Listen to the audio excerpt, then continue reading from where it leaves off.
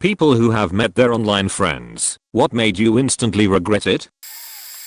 I was 13 and had a 20-year-old pen pal in Hong Kong, both of us female. We met on Tumblr and emailed each other regularly. My parents' work said in all our correspondence, ABD we basically just talked about our cultures. About a year of us talking went by, and she said that her university allowed her to study abroad in Europe for a semester and she chose my country.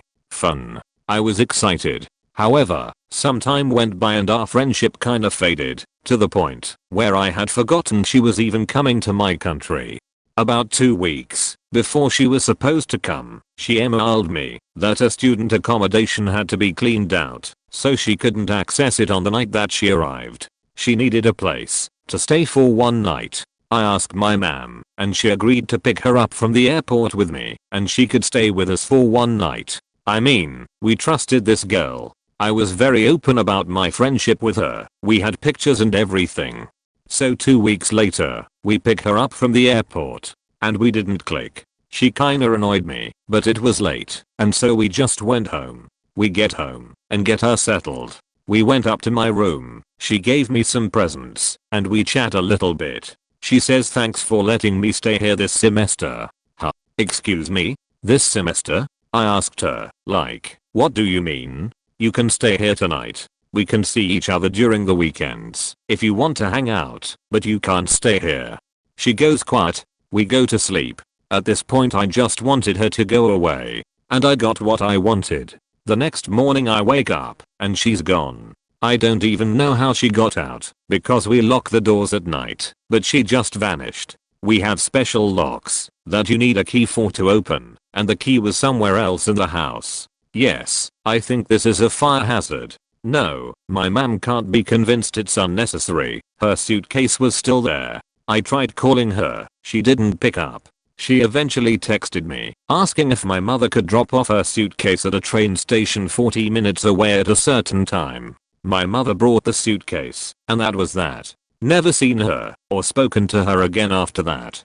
Update, now that I think about it, I have a theory about why this went down like it did. She most likely put down my address on her visa application as her place of residency during her stay, and needed to stay in my house in case immigration was going to check if she was actually there. Also, for those wondering why she annoyed me, she treated my mother like a taxi driver, and she shot down everything I said to her. She was rude to me until she gave me the presents, after which she directly started talking about staying with me the whole semester. She didn't want to talk to me after I said that I had told her she could stay for one night on that exact date. I told her we could discuss it with my parents in the morning. Her and my English were both great, and we had discussed specific dates. I didn't put this in the original comment, because I didn't think this would blow up like it did. And I'm not Irish, haha. When I was 19 I jumped on a flight to meet a friend I had known for about 4 to 5 months. We both went through family bereavements, and were a shoulder to cry on for each other, via the phone or internet, and we just decided to meet for a few days in a country between us. Until then everything had been perfect. She was the coolest girl, really smart, the kind of person you want to be around all the time. When we met things started great, but a day later she confessed you're not what I expected. What? 19-year-old, and not very confident. This knocked me sideways. I don't know, just, you seem different. I never hid who I was before we met, was completely open, and it put a real sour taste on the rest of my time with her. Instead of chatting non-stop and watching Jackass on TV in the hotel at night, we went quiet and straight to sleep, ate in silence. I put as much effort as I could into it, but I still never got to the bottom of how I was different. We went our separate ways, text for a few days then never spoke again. It was my friend Kate who befriended this girl, Jessica, who allowed us to come and stay with her when we traveled to the US. Jessica was rude to me instantly and kept my friend away from me. I'd go upstairs and she'd find a reason for them to go downstairs. She had Kate share her bedroom and she'd lock the door for hours, and so I'd just go off and do my own thing. We met at 2 friends and they both ignored me. When it was time for Kate and I to move on to another state, Jessica insisted on coming with us. The lady we stayed with in another state, Robin, took no shit and called Jessica out on her strange behavior. Jessica proceeded to lock herself in a room and demanded Kate stay in there with her.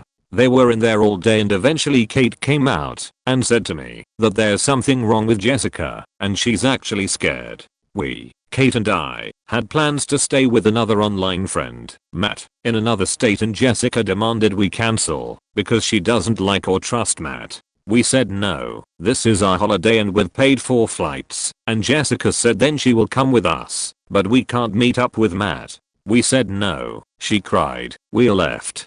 Kate blocked her on everything. Kate's mother called us not long after saying Jessica contacted her crying, saying Kate is in danger, and we abandoned Jessica, and she's so concerned for my friend's safety. Edit to at, as I recall, she claimed to be concerned about Matt and basically wanted Kate's mum to tell us to stay with Jessica. It was actually incredibly scary. Kate found out later from another girl, Jane, they all knew each other from a forum, that Jessica had been telling everyone they were in love and had even slept together. I don't know how much of that is true, but I've known Kate for 20 years now and she's never identified as anything but straight. She denied it 100%. Jessica was just obsessed with her, and months later Kate heard Jessica was telling everyone she was saving money to come to our country to find Kate. She never did, thankfully. Other than the time spent with this girl, we had a great holiday and made some good friends. I still talk to Matt, he's great. Edit, added fake names to make story a bit clearer as some people had trouble following. He got freakishly obsessive and possessive. Met online through a fandom. After a few years the fandom pretty much fell apart, but a handful of us stayed friends because we actually had a fair amount in common. D was very normal, the rest of the group seemed to love him. About 4 years after just being online mates we met in person. It went fine. We interacted a lot on FB and Instagram. I hit a really busy period in my life, but managed to squeeze in a Christmas get together at my place for my little group of friends including D. After that my online activity decreased drastically due to being busy, and when I managed to get on FB I noticed that most of the group were no longer friends with D. Weird, but whatever. I checked my messenger and saw message after message after message asking why I wasn't responding, what was I doing, could we arrange a meetup etc. I explained I was super busy, and it was also coming up to the anniversary of my mum's death so just give me some time and we'll see about meeting up another time. He said oh yeah I forgot about the anniversary, you can have that day, but I expect a response after fact that I blocked him. So he sent email after email after email asking me what is your faking problem, what the fuck do you think you're doing etc. point. So I blocked his email too. After 3 very peaceful weeks there was a knock on my door. It was D, and he had a 6-page letter detailing why we had to be friends. I shut the door, used an anonymous email thing to tell him if he contacted me again / showed up at my door I would call the police. Went on FB and told everyone, including the 2 remaining mutual friends, about it all, and could the mutuals not share anything about me / my life and actively discourage him from attempting to make contact. The friends who had long since unfriended him started messaging me that they stopped talking to him because of how creepy he was being in PMs about me, always asking if they knew what I was doing. Had I talked to them? Was I seeing anyone? Was I actually busy? Because he was convinced wasn't etc. In return I told them how he'd been trying to convince me to stop being friends with them because according to him, they were all sorts of horrible things and that they were incredibly jealous and hated how close he and I were. I assumed he was just butthurt because they stopped talking to him so was just making up a bunch of crap about these people who had always been perfectly nice to me. One incredibly weird occurrence just before this all happened was me telling a mutual on FB that I was heading to the aquarium in London with my daughter. Mutual friend was also in London that day with their daughter, and maybe we could grab a coffee / let the kids play in the park for a bit. I checked my messages later that evening and he was incredibly upset because he'd waited at Farringdon station exit for 2 hours so he could come to the aquarium too, and I didn't show up. We did not get off at that station, but one that was 2 stops after and closer to where we were going. I haven't heard a peep in over a year. He has apparently deleted his FB and Instagram and thankfully just disappeared. I have weird story about a lesbian I met online and eventually IRL. For reference, I'm a B girl. We started talking after I made a comment on a lesbian forum about being a single lesbian mom. I still didn't know if I was bi or a lesbian at the time. We started messaging a lot. Hundreds of texts a day. This included sexting and trading nudes a lot too. But she was always obsessed with my daughter. Like almost demanding pictures of her and updates on her. Eventually we arranged to meet up. When we finally see each other in person, she looks shocked and asks where my daughter was being babysat by mom so we can have a date. I could tell this threw her off a bit. After our date we start hooking up at my place. Even then she was still asking about her. After this, can I meet her? Would you let me babysit? Do you think she'll start calling me mommy? I was like, chill, she's 1.5. This combined with her being obsessed with my daughter's stuff, including stealing a pacifier, a dirty Onishi, going through the diaper pail. I decided this lady is crazy. She ended up stalking me for a while, but I was moving back in with my mom anyway, so I managed to escape. Met her after gaming with her for like 1,5 years. My parents allowed me to have her visit me for a weekend. Unbelievably beautiful girl, had a lot of deep talks on the phone, were frequently flirting quite hard and stuff. She kind of was my first love interest. We went out for a drink with a few friends of mine. Started hitting on my best friend the second she saw him. Didn't even pay attention to me the whole evening, and the first thing she said the next morning was, let's go to his place. That faking hurt. Edit. Alright, a few things. That was 10 years ago, give or take. I've made similar experiences over and over until I learned how to be more precise and direct about my feelings, especially towards love interests. Today, I'm a self-confident guy in his mid-20s that is very secure around people, so I guess things worked out for me. I stopped contacting her after that, while my best friend actually stayed close for quite some years, proceeding to have some strange kind of friends with benefits / love affair type situation going on with her. I don't blame him. She was a gorgeous girl, even though it bothered me first. We are best friends still, while she has vanished into nothingness at some point. As many refer to my best friend as a bad friend for not respecting my interest in said girl. He didn't flirt with her that evening at all. It was one-sided, really. Everything that happened between the two of them was afterwards. After I quit contacting her, he asked me if I was okay with him keeping contact, and I was, since my interest had poofed out of existence at this very evening. The amount of desperation on that girl had. Holy shit. First issue was she used a picture of herself when she was younger and thinner. She used to be around 120 pounds, I believe she told me. She was easily over 300 pounds and couldn't walk for long. Eventually she took out a cane. I didn't know how to react to a 21-year-old using a cane. Someone that injured? Sure. Someone that spent 90% of their time watching YouTube and reading animes? Not fine. We walked, sat, walked, sat, walked, sat, talked for a bit. She warned me she has anger issues and might snap at me at any random time. She would constantly look at her phone and sigh loudly. We met up basically on a date to see a movie. When watching the movie she would constantly burp and fetched during every romantic scene. She would cheer herself on every time too. In the faking theater. After the date was over, I didn't want to see her again, but apparently I left a good impression.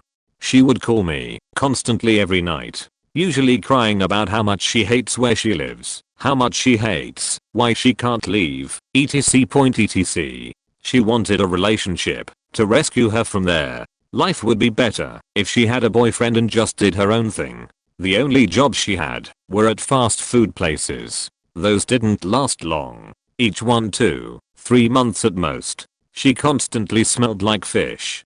She dropped out of college because, in her words, I couldn't stand the stuck-up people there. They really made it unbearable. Also, she does not like studying. After a while she stopped contacting me. I believe that she had taken the hint and backed off. In reality she went to another guy who is basically the literal definition of 4chan soy boy, though much worse. He can barely keep down a job. He can barely maintain himself. He drinks himself silly, and she is just happy to be away from her family. She started contacting me again begging me to save her from him, and I'm like, I have a girlfriend now. Bye. She left a 16-page Facebook rant. Haven't heard from her since. I used to draw a lot on /x/ and generally browse 4chan. I was going through a lot of depression, and I felt alienated from friends and family, as well as the death of a long relationship. Somehow just talking to other people about the most mundane stuff felt so amazing. I was in a few Skype groups. We would chat about life, play online games and stuff. One couple was nice and the guy was trying to quit smoking. Another guy just got a promotion at work. You know, real people with life. They all were far away. Until I get this email. I was going to delete it because it seemed weird, but I read it. It was a case of mistaken identity. He thought I was this person who also did modeling/cosplay or something because of my email name. I corresponded and corrected them, but we just kept talking. He also loved paranormal stuff, was into films, and writing too, and close by. After a month or so of daily talks and texts we wanted to hang out. Between all this I was moving out and in a bad spot emotionally, but he was very nice and talked me through anxious parts. I met him and sparks flew. No, actually I couldn't look him in the eyes and got sweaty because I realized how cute he was and how much I felt like an idiot. We did kiss, and as cliche as it sounds, it felt like when Dorothy entered Oz, my life had color again. Anyway, it ended well because we're getting married this year. So this one really changed my life. So for context, I live in Ireland and my friend lived in Scotland. I met this guy on Sparks when I was like 14 and he's 16 back in 2012. Got to know each other super well and talked every day and played Halo and Mass Effect 3 together. We did this for 3 years and I would have considered him one of my best friends at the time. But I'd never met him. I knew all about his life. I'd spoken to some of his family before. So I was known by some of his IRL friends too. In year 4 his 360 died, so then he got us Xbox One, and I got a PS4. Because of consoles we stopped talking a lot. We would catch up every now and then on Facebook and whatnot. This all changed in 2017, when he got engaged to a girl I remember him dating, when we were talking. A few weeks later I started getting messages about the wedding. He contacted me to be one of his groomsmen. Now 16-year-old me made a promise that I'd go to his wedding. So I said yeah, sure, of course. I had just faked myself. He later told me the wedding was in the US, which means I had to start saving to go. Let's skip to 2018. I fly out to the US for the wedding and I get to the hotel everyone is staying at. I text the groom and ask where everyone is. They are out for food. So I go get a cab and follow out to them. I walk into the restaurant. He very quickly spotted me and ran over, called out my old gamer tag and hugged me. I didn't realize how small he was. I'm only 6'1". I expected him to be taller. But after that night I found out that without something to focus on, video games, he could actually be a little bit annoying, and I had just committed to being stuck in a mansion for 4 days after this. At the time I was in a 2-year-long relationship with someone who wasn't making me happy. At the wedding I met one of the groom women. There were 2 girls and 3 guys, and instantly we clicked. We both also slagged the groom, so kinda bonded on that. We just got on super well, and we decided to hang out the whole wedding. She was also in a relationship. One of the nights we kissed, and after that I knew it was over with my now ex. After the wedding and me and her were flying out on the same day and we were in the same terminal. We had a nice goodbye. I got home and broke it off with my ex. That night the girl from the wedding got dumped. We saw each other on off for a month or 2 and after that we started to get serious. I'm still with her and it's the happiest I've ever been with someone. Met my best friend at the time on League of Legends. After talking every day for 3 years, I ended up moving to a state much closer to him, so we decided to finally meet. We talked before about all the things we'd do together and how awesome it would be. I loved him so much. He was there for me through so much and was a wonderful friend. He had a new girlfriend at the time of our meetup and he brought her along with him. I had no problem with this because I'd love to meet the woman who makes him happy. It was abundantly clear from the get-go that she wasn't a real big fan of me. I did my best to be kind and still had tons of fun. I didn't hear from my friend much after that. A mutual good friend of ours messaged me, and when I asked about my best friend, they said that his girlfriend was telling people that I was basically an awful person for whatever reason.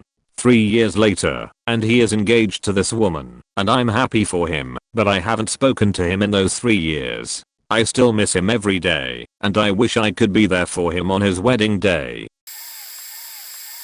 On mobile, so forgive me for any weird formatting. I, F22, had a friend, M26, online for 11 years before we met. I'm Canadian, he's American. We met on a RP site when we were quite literally still kids and were a massive part of one another's lives, especially during our teenage years. We spoke every day through text, on the phone, had each other on social media, we even knew and sometimes spoke to each other's family and friends in real life. He called me his light and his sister, and I called him my brother. We were family.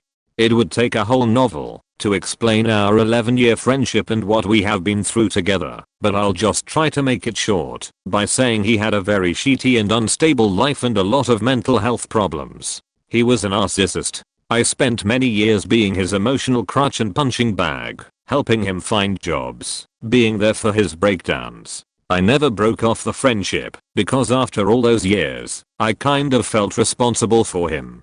Anyways, last year we finally decided to meet. We were both grown adults and saved money to go on a 10-day trip to a dream destination of mine in the States. I knew this likely would not go well. I knew he was a narcissist, but I just had to meet him. I had to meet my brother, the guy that was there for over a decade. I needed to see him face to face. On this trip he abandoned me on a mountain during a hike because he decided he wanted weed. When he came back I was obviously mad and wanted to go back to our hotel, but he told me to wait for him in the car while he did the hike on his own. I took an Uber home and he returned as well 4 hours later. Automatically assumed I'd shell out $300 for him to buy a laptop he wanted without asking me. Just brought me to the store to look around while we waited for our movie to start at the theater and sprung it on me. I refused. Was overall inconsiderate. We only ate at places where he wanted to eat, when he wanted to eat. Only did things he wanted to do and not me, despite the trip being my idea. I missed out on a lot because he just wanted to sit around and do nothing. And so much more. What hurt the most is, when I confronted him about it, he told me you're not my girlfriend, I don't need your approval, or need to change for you to like me. I cut the friendship off, and blocked him. When we return home, I also plan on retaking my dream trip one day, and doing it properly this time. This story took place over a decade ago, when I was a senior in high school. Some of the details are a little fuzzy. I met a girl who blogged on the same site I did. Let's call her Sarah. We were the same age, but she lived in a nearby town and went to a different high school. We had been talking online for a month or two and then decided to watch a movie at her place. The date was awkward, but not awful. We kissed, nothing more. However, I could tell that she was more into it than I was. I didn't want a relationship, and she definitely did. We had already talked about this. So when she broached the topic of a relationship a few days later, I told her that I had fun on our date and I liked her, but still felt the same. I didn't want to get into a relationship before I left for college. She appeared to understand and took it okay. Online, I knew she was disappointed and I really felt bad for her because I knew how that felt, but she said she agreed with me and wanted to do the same thing. We were the same age. I still think I made the right call. That's when things got weird. One night a few weeks later, I was sitting outside a coffee shop in a crowded shopping center when an South pulls into the parking lot going about 45 miles per hour. Just absolutely flying. It was really dangerous. The South drives past me sitting outside the coffee shop, window rolled down, and I see Sarah in the backseat holding a plastic red Solo cup. I hadn't told her I would be there, but it was one of my regular hangout spots, so she likely knew to look for me there. "Fuck your cork." She screams at me as they pass, and she throws the cup out the window. It hits the sidewalk in front of me, and I can smell that it's full of booze. They haul ass around the parking lot and come back for another pass. I'm gathering my things to go inside at this point, but she continues to hurl insults at me from the window as her friends drive her around. I don't remember exactly what happened after that, but I basically stayed inside until the sub left, and then I drove back home to my parents' house for the night.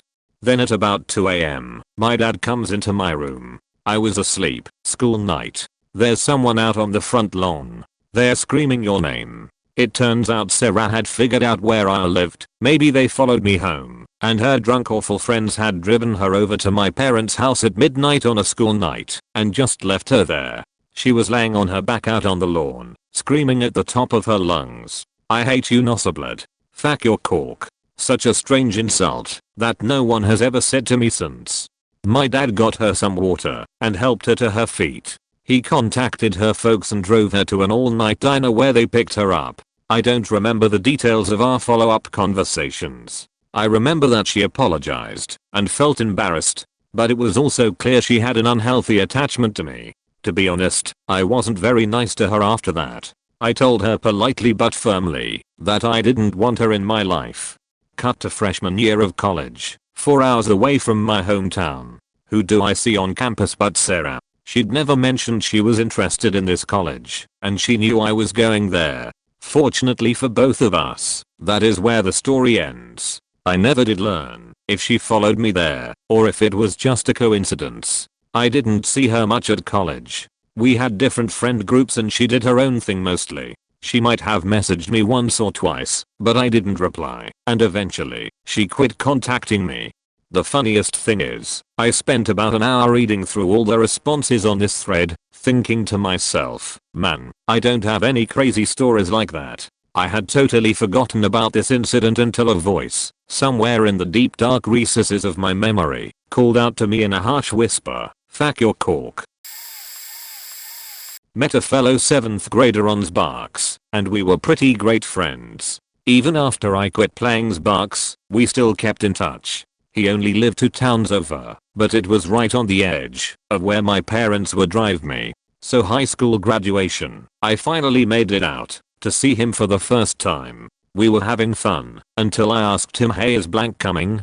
Blank was a middle school girlfriend he had that we talk about a lot because I'd third wheel a lot of Xbox live parties with them, and we had a bit of inside jokes. Him and his friends Winston chuckled, kind of the awkward reaction I was aiming for. Then I pieced together from old memories that the other dude in his friend group used to date her too, and how they'd gloat about being Eskimo brothers, so he'd probably remember who I was from Xbox as well. After a few more jokes, my friend leans in on me and goes, "Hey, I know you're not from around the area or nothing, but she died in a car accident a few months ago." I immediately shut up and left. They told me they were fine with it all and we should hang out again, but when you're making explicit jokes about someone whose obituary stated they played piano for the church and consecutive years on honor roll, you don't really want to go back round those there parts.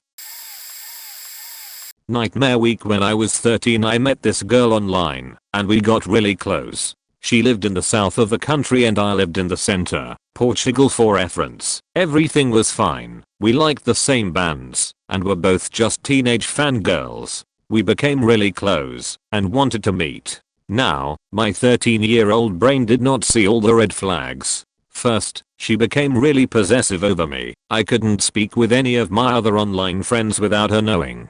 She would go through my Facebook and Tumblr to see what I was doing, and she was really jealous every time my family bought me anything as her mom couldn't afford it.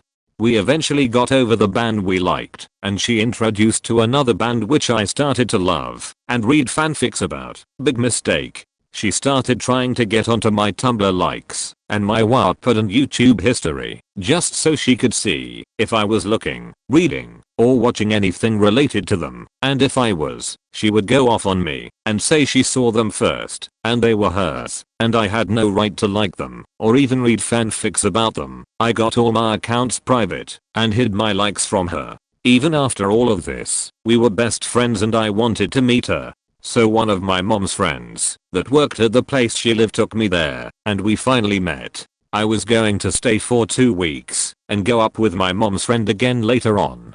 When I got there, the first few days were amazing. We were really close and loved being with each other. Then she started treating me like shit, ignoring me and wanting me to sleep in her little sister's room and be out of her room for once. I didn't get why, and I tried to confront her about it, and she said sorry and everything was fine for a day. Her mom was barely home and treated her like shit. There was barely any food at home and sometimes the most I would eat in a day would be a sandwich.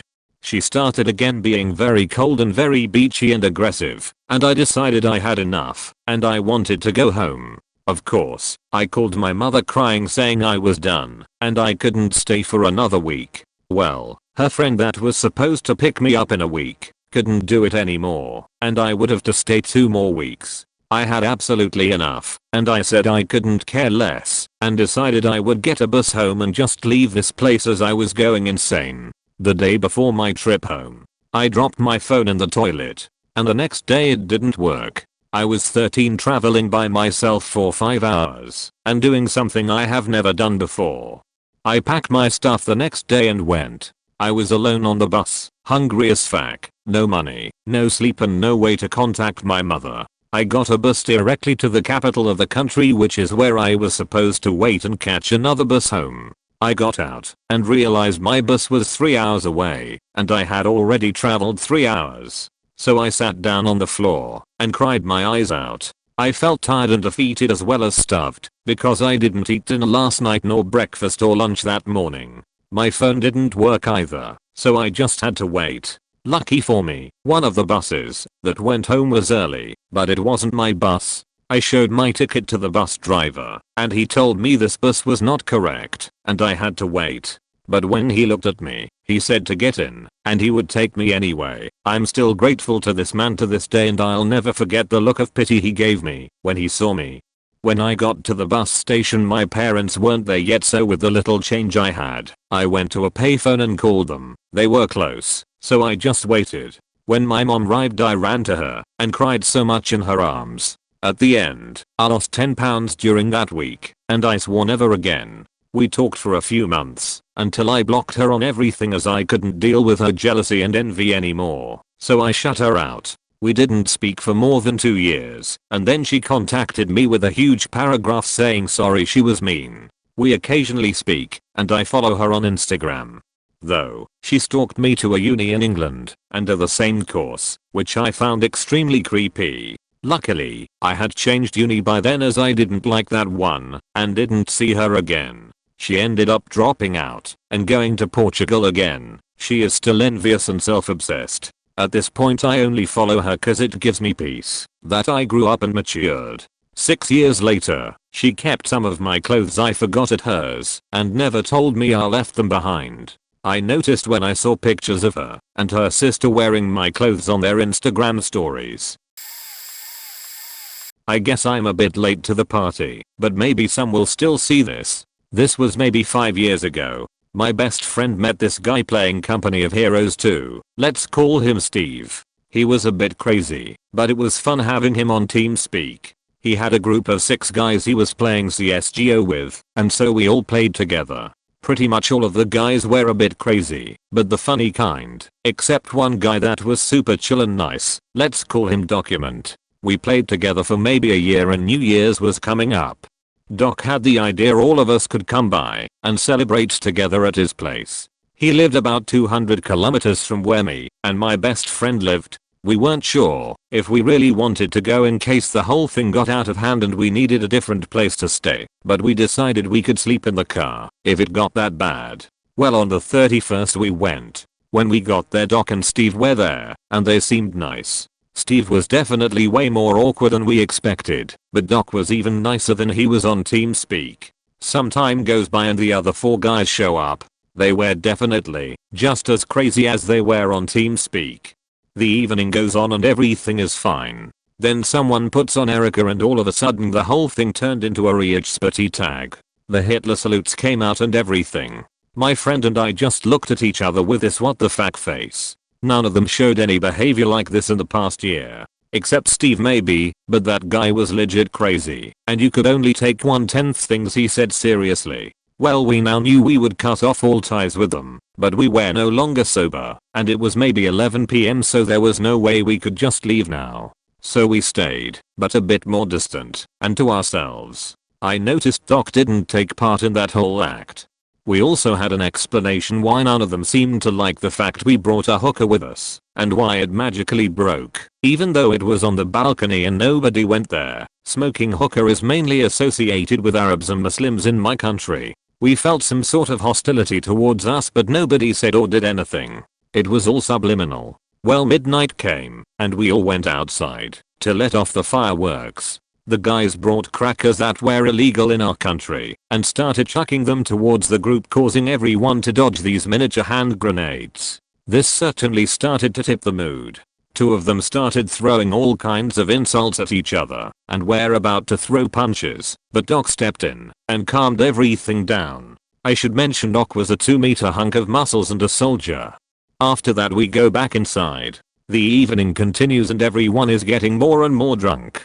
My friend and I kept our alcohol consumption at a minimum as we didn't really feel safe anymore. The situation was not stable anymore. It felt like the whole thing could go up in flames any minute. And so it did. At about 2:30 AM Steve started to scream and hurl insults at one of the guys who didn't like that at all. He jumped up and started charging Steve, but his buddy got him at the neck of his t-shirt, tearing it apart in the process. We now had an angry 110-kilogram guy trying to turn 50-kilogram Steve into mush. Doc was at this point frustrated and just looked out for his furniture and didn't care what happened to Steve. My friend on the other hand did and got between them. Not a good idea. As we later learned, a couple of the guys decided to sniff some speed and the angry 110-kilogram guy was one of them. Now my friend was the target of Steve and the big guy, but both didn't have the courage to do anything as my friend did powerlifting and had quite the impressive muscle to body ratio. Well, now it turned into a Mexican standoff with everyone yelling and throwing insults at each other. This went on for at least 1.5 hours. At about 4 AM Doc had enough and kicked the big guy out. The rest of the evening was me and my friend sitting in a corner waiting for everybody to calm down and go to sleep. My friend and I slept for 4 hours, and at 9 AM we got up. We packed our stuff, got in the car, and left for home. We deleted and blocked all of them. We don't really talk about the whole ordeal, we only refer to it as the worst New Year's Eve we have ever had. P.S. Neither me or my friend are the type that goes to parties where you can expect a fight, nor do we have anything to do with drugs, not even weed. P.P.S. If you think, based on this thread, that meeting online friends is a bad idea, I can understand that, but it can also go the other way. I met my best friend through online gaming, and I've recently met another guy that quickly became a close friend as well. It's not all bad, you just have to be careful. So I was in a Discord chat of a bunch of random people. I met a guy who was only 2 years older than me and lived in my state. We started talking for a while and we got super close. We both wanted to meet up, and it turned out we were both going to go to the same cosplay convention. We were excited, but then he says, "My brother is gonna come too. I told him about you, and he thinks you seem cool." I was okay with it at the time. Now, I didn't regret meeting up with my friend. We are actually still super close to this day. I regretted meeting his brother. We both drove to the hotel and met up there. We found our room and I plugged my Nintendo Switch into the TV so we can play Mario Kart. Now here is where the creepiness begins. I choose Rosalina, and his brother says, "Of course you would pick the sexiest character." I just kind of awkwardly chuckled and continued playing. He continued to say weird flirty things the rest of the night. The next day we went to the con, and I was dressed as a Mimikyu from Pokemon. My friend was Pikachu, and his brother was a Team Skull Grunt. We had a lot of fun, but the brother kept getting real close and putting his hands on my shoulders and shit like that. Then he throws a pokeball at me. I played along, and it was pretty funny, but he says afterwards, "You're my Pokemon, so you do me favors from now on," and slapped me hard on the ass. I noped out of there and tracked down my friend, who was at one of the seller's booths. I told him everything, and he just confronted his brother, who proceeded to walk around the con by himself. I still meet up with my friend, but he comes to my house, so I don't have to see his brother. Sorry this was long. After college I went on a month-long road trip up the east coast of the US. Started in Florida, went up to Connecticut, and then headed west to Wisconsin. I'd posted on YouTube saying I was making this trip and looking for people to stay with along the way. One stop I thankfully only had planned on staying there for a few hours was in North Carolina. It was some farmhouse out in the middle of nowhere. I knocked on the door and like 5 kids answered, all ages 10 to 13. No parents in sight.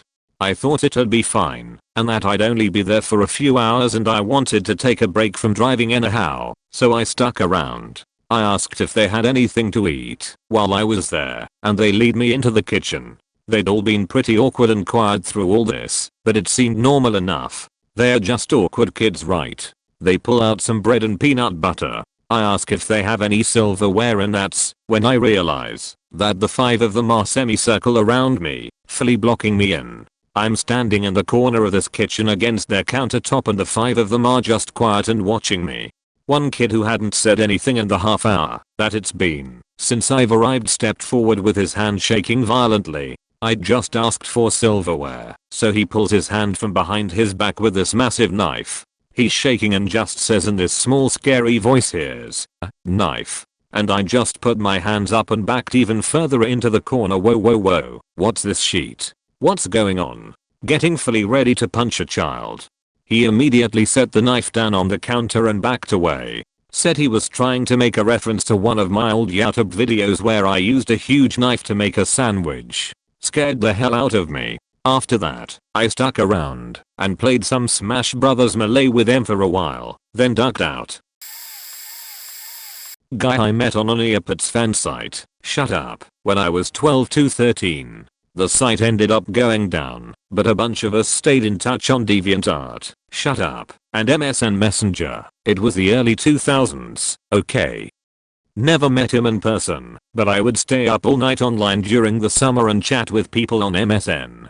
I knew some of the people from the old Neopets fan site were older teenagers, and that this dude was actual adult. Can't remember how old exactly, maybe 20 to 30. But he'd been pretty cool up to now in the year or 2 I'd known him. Suddenly he wanted me to send him a picture of myself to know what I looked like. I wasn't cool with that, so I sent him a drawing from my DeviantArt. Shut up. He said something along the lines of it wasn't good enough, and he wanted to see what I actually looked like. I remember expressing I wasn't comfortable with that, but he kept pushing back and insisting on it. I said something like, "If you were my friend you wouldn't keep asking," and he replied with something like, "I knew you'd say something like that." Little Red Maiden Stranger Danger Sense started going off, and I eventually just blocked him and lost touch completely. Dozer, if you're reading this, dude, you were mega creepy and gave off pedo vibes. I had met her in person once. She was the new girlfriend of one of my friends who had moved away. We became friends on FB, chatted, exchanged memes etc. Then phone numbers. We would talk on the phone at least once a week. We seemed to have a lot in common. It was nice. It's hard for me to make friends in our area. Lots of small town BS. She told me the same, that her anxiety made it difficult for her to not take things personally, but that she was working on it. Wow. Me too. We were bonding.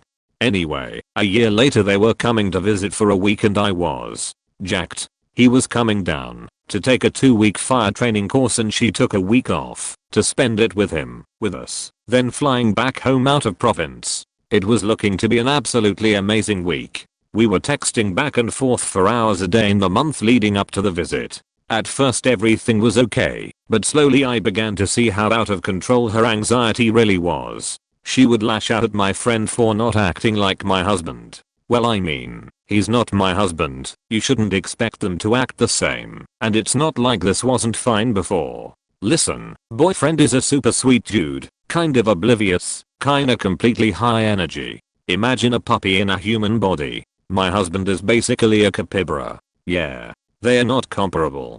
She was one of those kinds of girls who checked Instagram likes. As in, I saw somebody named X liked and commented on your photo. How do you know her? Harmless question. Once, she interrogated him about all the local girls that liked his posts about being back for a visit. Told him to block a few. Yikes. When he wasn't around she asked me who they were. Now, boyfriend and I are friends, but we share zero circle and he's like that with a lot of people. I honestly couldn't put a face to 95% of the names she tossed at me. She got upset and took a nap. I went to get the mail. Ended up having coffee with a gentleman I knew from a past job. She still wasn't awake when I got back, so I started cooking supper. She had some dietary restrictions that would have been nice to know about before I bought groceries for the whole week and planned a menu that contained at least one major thing a day she couldn't have. We adjusted, but it was not easy. They were a low alcohol couple, which we knew, so I used my past experience as a bartender to whip up some killer mocktails. She wouldn't drink them because they were just as bad. What? She was kind of a lump. Never wanted to do anything, never agreed or disagreed on plans, very non-committal. My personal pet peeve. I can't faking stand fence riding. I'm a photographer and I love historical sites. Ergo, they wanted couples photos. I asked if I could take some at a local heritage site. The site said yes, and then both of them proceeded to waste my time being goofy sheets. I was not happy. It was a perfect day for light, etc. Thunderstorms rolling in and everything. Ugh. Such a wasted opportunity. But since she spent literally an entire hour looking for the guy, I now know that her ex-friend's ex-boyfriend had a cousin that looked just like Ed Sheeran. After a rainy yucky day we decided to just order pizza and play VR in the basement. Hubs and I spent a lot of time decking out our home theater. We have a 140-inch screen in our basement. Video games on it and 4-player is amazing. Naturally, she didn't tell us that she gets motion sick from Mario Kart and played until she was puking in the next room. We told her we could switch it up to a movie and she declined. So she sat there just watching, making herself more sick. Her anxiety got really bad at the prospect of going to our other couple friend's place, so she wanted to hang back. Okay, but she wanted her boyfriend to stay back too. She knew that the BBQ was for him and that we were gonna surprise him with some of his other local friends. She chow ensued when my husband accidentally let the surprise BBQ slip. And it was an accident. She thought we did it on purpose to manipulate her. Sigh. Everything moved to our house, which was just too far out of the way for one friend who could only make it for about 40 minutes anyway. He was super upset he couldn't come, and so was boyfriend. Pretty sure that's the exact moment their relationship began to break down. Well, then she pulls another cork move. They had both driven down in his truck. One 8-hour day drive and one 12-hour day drive. They camped the night between by a river. It was awesome. Awesome enough to repeat. She didn't want to fly home anymore. She wanted him to drive her home. So he added another week of time off so he could drive her home, then rest a day and drive back to our province. In his truck.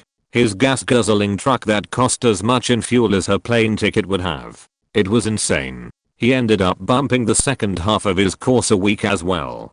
When they drove off at 9 AM I took a nap and slept till 6 that evening. Then a full night again from midnight to 7:30. I was that drained.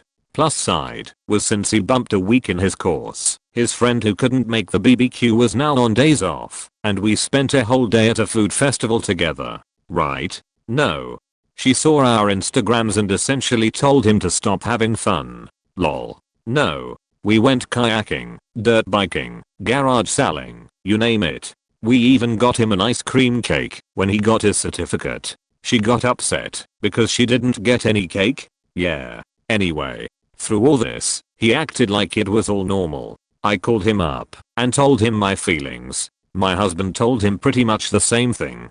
They broke up about 6 months later. He's coming to visit us again in less than a month and I'm so excited. We met in Ek with my then current boyfriend at the time. We talked for years, playing together and so on. We even went to WoW when it came out, the three of us playing, chatting. We chat on Vent/TeamSpeak/phone for hours. The boyfriend and I broke up, as will sometimes happen. Life, you know. Friend and I still talked. Met up with a new guy, together for a year. Himself, the friend and I, play together. Comes up in conversation that we are looking for an apartment. We are living with my dad, and him and his girlfriend are expecting a baby. To be considerate, we leave so they can use the space for the baby. Friend says, oh bro, I have a house I keep. We can be roomies. We figure, let's go meet him and talk about options/expectations. We coordinate and show up at his place. It's a really nice house. He comes out and tackles me into a hug. It's like a very graspy hug. I'm not a specifically touchy person. We go in and he shows us around. It's like 5 bedrooms, huge kitchen, pool, BBQ. It looked extremely well taken care of, no pets or kids. Lawn was lush and manicured. We'd take the last room and pay each $1,300 a month. When I ask why, since it's one room for 2 people, he snaps and says he's got bills to pay. When I explain we have our own bills to pay too, and we could afford $1,300 together, but not twice, he asks us to leave, citing that we are too poor and or cheap to commit. He blocked us on wow, FB everything. Years of friendship gone in a 45-minute long meeting. A few years later, he emailed me, trying to apologize. He was under severe stress from his mother, who owned the house, to help pay the house payment. He'd been through tons of roommates on the pressure of his mother demanding high rents. He'd been unemployed for weeks and was struggling with interviews and rejections. A huge sob story. It ended with, "Things are way better now. Would we reconsider being roommates?" I replied that I was sorry to hear things were going so poorly at the time and that it got better. I said we were in Anaheim, in our own apartment, and unable to break our lease. That sheet is expensive, but thanks for the offer. He said, K and I haven't heard from him since. Sad, but glad we didn't try to make that living situation work. So we never actually met, but were supposed to. Therefore I shared my address with him. We shared a common interest for many years on a forum, talked all day, and became best friends online basically. Eventually he got comfortable enough to start sharing some dark stuff about himself, how he had almost murdered a woman who tried to help him in a hospital and so on. He had severe mental issues, it turned out. Anyway, so I tried to continue like normal, since he said he was good now. He already knew my address, and knew about my family via Facebook and so on. One day he starts acting really strange, making up stuff how I will betray him like everyone else, and how I suck etc. Tried to calm him down, but he just went on. Eventually, he did calm down, and said he wanted to make it up to me. So a quick note here. I like to collect expensive figurines. What kind is not important. But one day I get a package that turns out to be from him. It's a very nice and expensive figurine of the kind I like to collect. I'm of course very surprised and almost a bit shocked by this, but thank him a lot of course, and tell him to please not do that again, even though I really like the present. He says he will come over soon to meet me, and I agree to it. Months before he's expected to go, he has another weird episode, but this time it takes the cake. Same pattern where I'm against him, and that I will leave him. But this time, when I try to calm him down, he says that I'm a faking traitor, and that when he comes over to my country he will kidnap my niece and slit her throat. She was 1.5 years at the time. I told him that if I ever see him, or if he ever tries to contact me again, I will call the police. I then also made sure he got banned from the forum, and I then blocked him everywhere. He never tried to get in touch again, and I never heard anything again from him. I lived with my mom. She was gaslighting me, emotionally abusing me for most of my life, making me feel crazy. I worked a 60-hour work week every week, making $9 an hour, to take care of her, my sister, and to pay for my apartment. Well, my online friends started telling me about gaslighting, explaining what it is, and how things I've described sound just like it. Like her making me believe she gave me money, even though I knew she hasn't. Making me think I was crazy. Slapping me in the face, and then saying she never did it, and pretending to be concerned about my mental state. Well, anyway, my main friend in my friend group, we will call him Paul. Paul and I talked every day all the time, and had for 2 years. Paul is married with a young son. Paul said I should leave. If I moved down to where they live, Paul would help me get a job. I wasn't sure. Paul brought me and another friend who I had liked together, and we started dating. Paul said, now you should really move down. My now boyfriend friend, Steve, agreed, so I did. One day after having enough, I decided to, and Steve came down to visit, and I told my family I was leaving with him. Paul helped me get a job where he worked. Paul drove me to work all the time. We carpooled. My relationship with Steve was going wonderfully. Then Paul told me he had had feelings for me. He wanted me. I said no. You're married. He dropped it for a few weeks, only making jokes about it every so often, but then Paul decided to act. He started flirting hard. I thinking he was joking, just made jokes. Until one night in the car Paul placed his hands on my knee. I pushed it off. He put it back. It continued like that for days. I got tired of pushing him off and saying no to resting his hand on my knee, so I figured whatever Paul can rest his hand on my knee, maybe it's a comfort thing. Paul took that as a sign to move further. I said no. He did that for days. I worried. What can I do? Can I tell? It's Paul's house. Will anyone believe me? Will Steve think I lied and leave me? I don't know why I thought he would, but I did. So I didn't say anything. And then Paul started touching me, first for a few days in the outside of my pants. I'd try to stop him, but he would just put his hand back. I tried to set things on my lap, but he'd just move them. I gave up. He touched me, and for months I pretended it was fine. Even though I hated it, I felt dirty and guilty. Slowly he'd do more and more. I'd say no at first, but he'd always break me. My stomach started to hurt all the time. Twist and turn. It hurt bad enough to make me cry, and I hoped it meant something was wrong, so I could get out of the situation. But deep down I knew it was hurting. Because of what was going on, I called Steve one day, wanting to tell him. Tired of everything. And somehow the conversation ending up with me asking what's the worst thing I could do that would make you hate me? And he said cheat with Paul. I forgot to mention Paul is married to Steve's sister, which meant if I told I'd break up a marriage and a family. Or that I'd be kicked out in an unfamiliar state and have nowhere to go. So still I kept quiet. Paul tried to get me to have sex. I refused. Anytime we were alone he'd touch me or make me do things. Whether at home, at work, in the car. I honestly wanted to die until the day our job went bankrupt and I moved to a different location where he couldn't drive me. So Steve started to. He'd drive me to work and home, and my time alone with Paul cut down to days when everyone might leave the house. My stomach stopped hurting as bad, and after a while I felt a little better. So I told Steve I cheated on him. I spent about 3 hours crying and telling him the entire details. All the messages, how I pretended I enjoyed it. And he says I forgive you. He says to me it sounds like rap, sexual coercion. He told me it sounded like he made me feel like I couldn't say no. And I agreed inside, deep inside, but outside I felt like a disgusting cheater and a liar. And no matter what I said, Steve forgave me. I wanted to think it was all Paul's fault, but I also believed it was all mine. I begged him not to tell his sister. I didn't want their kid to watch his mom and dad fight, and to be honest I didn't think she'd take the news the same way Steve did. I felt guilty she'd hate me. I was afraid of so many things. I still am. I thought everything would be okay. Now that I came to terms with the fact I didn't want to do it, I could say no. But then one day I was home alone with Paul and his son. I was babysitting his son because Paul is a bad dad, and his mom asked me to. His son laid down for a nap and Paul sat down next to me on the couch. I was nervous and Paul's son wanted to cuddle, so I kept him on the couch with me. Paul made him lay on the floor. His son is barely asleep and Paul starts touching me right there with his son. I said no, I'm not okay with this, not in front of your son. He'll turn around and see and it will scar him, or he'll say something. Paul said no, he won't.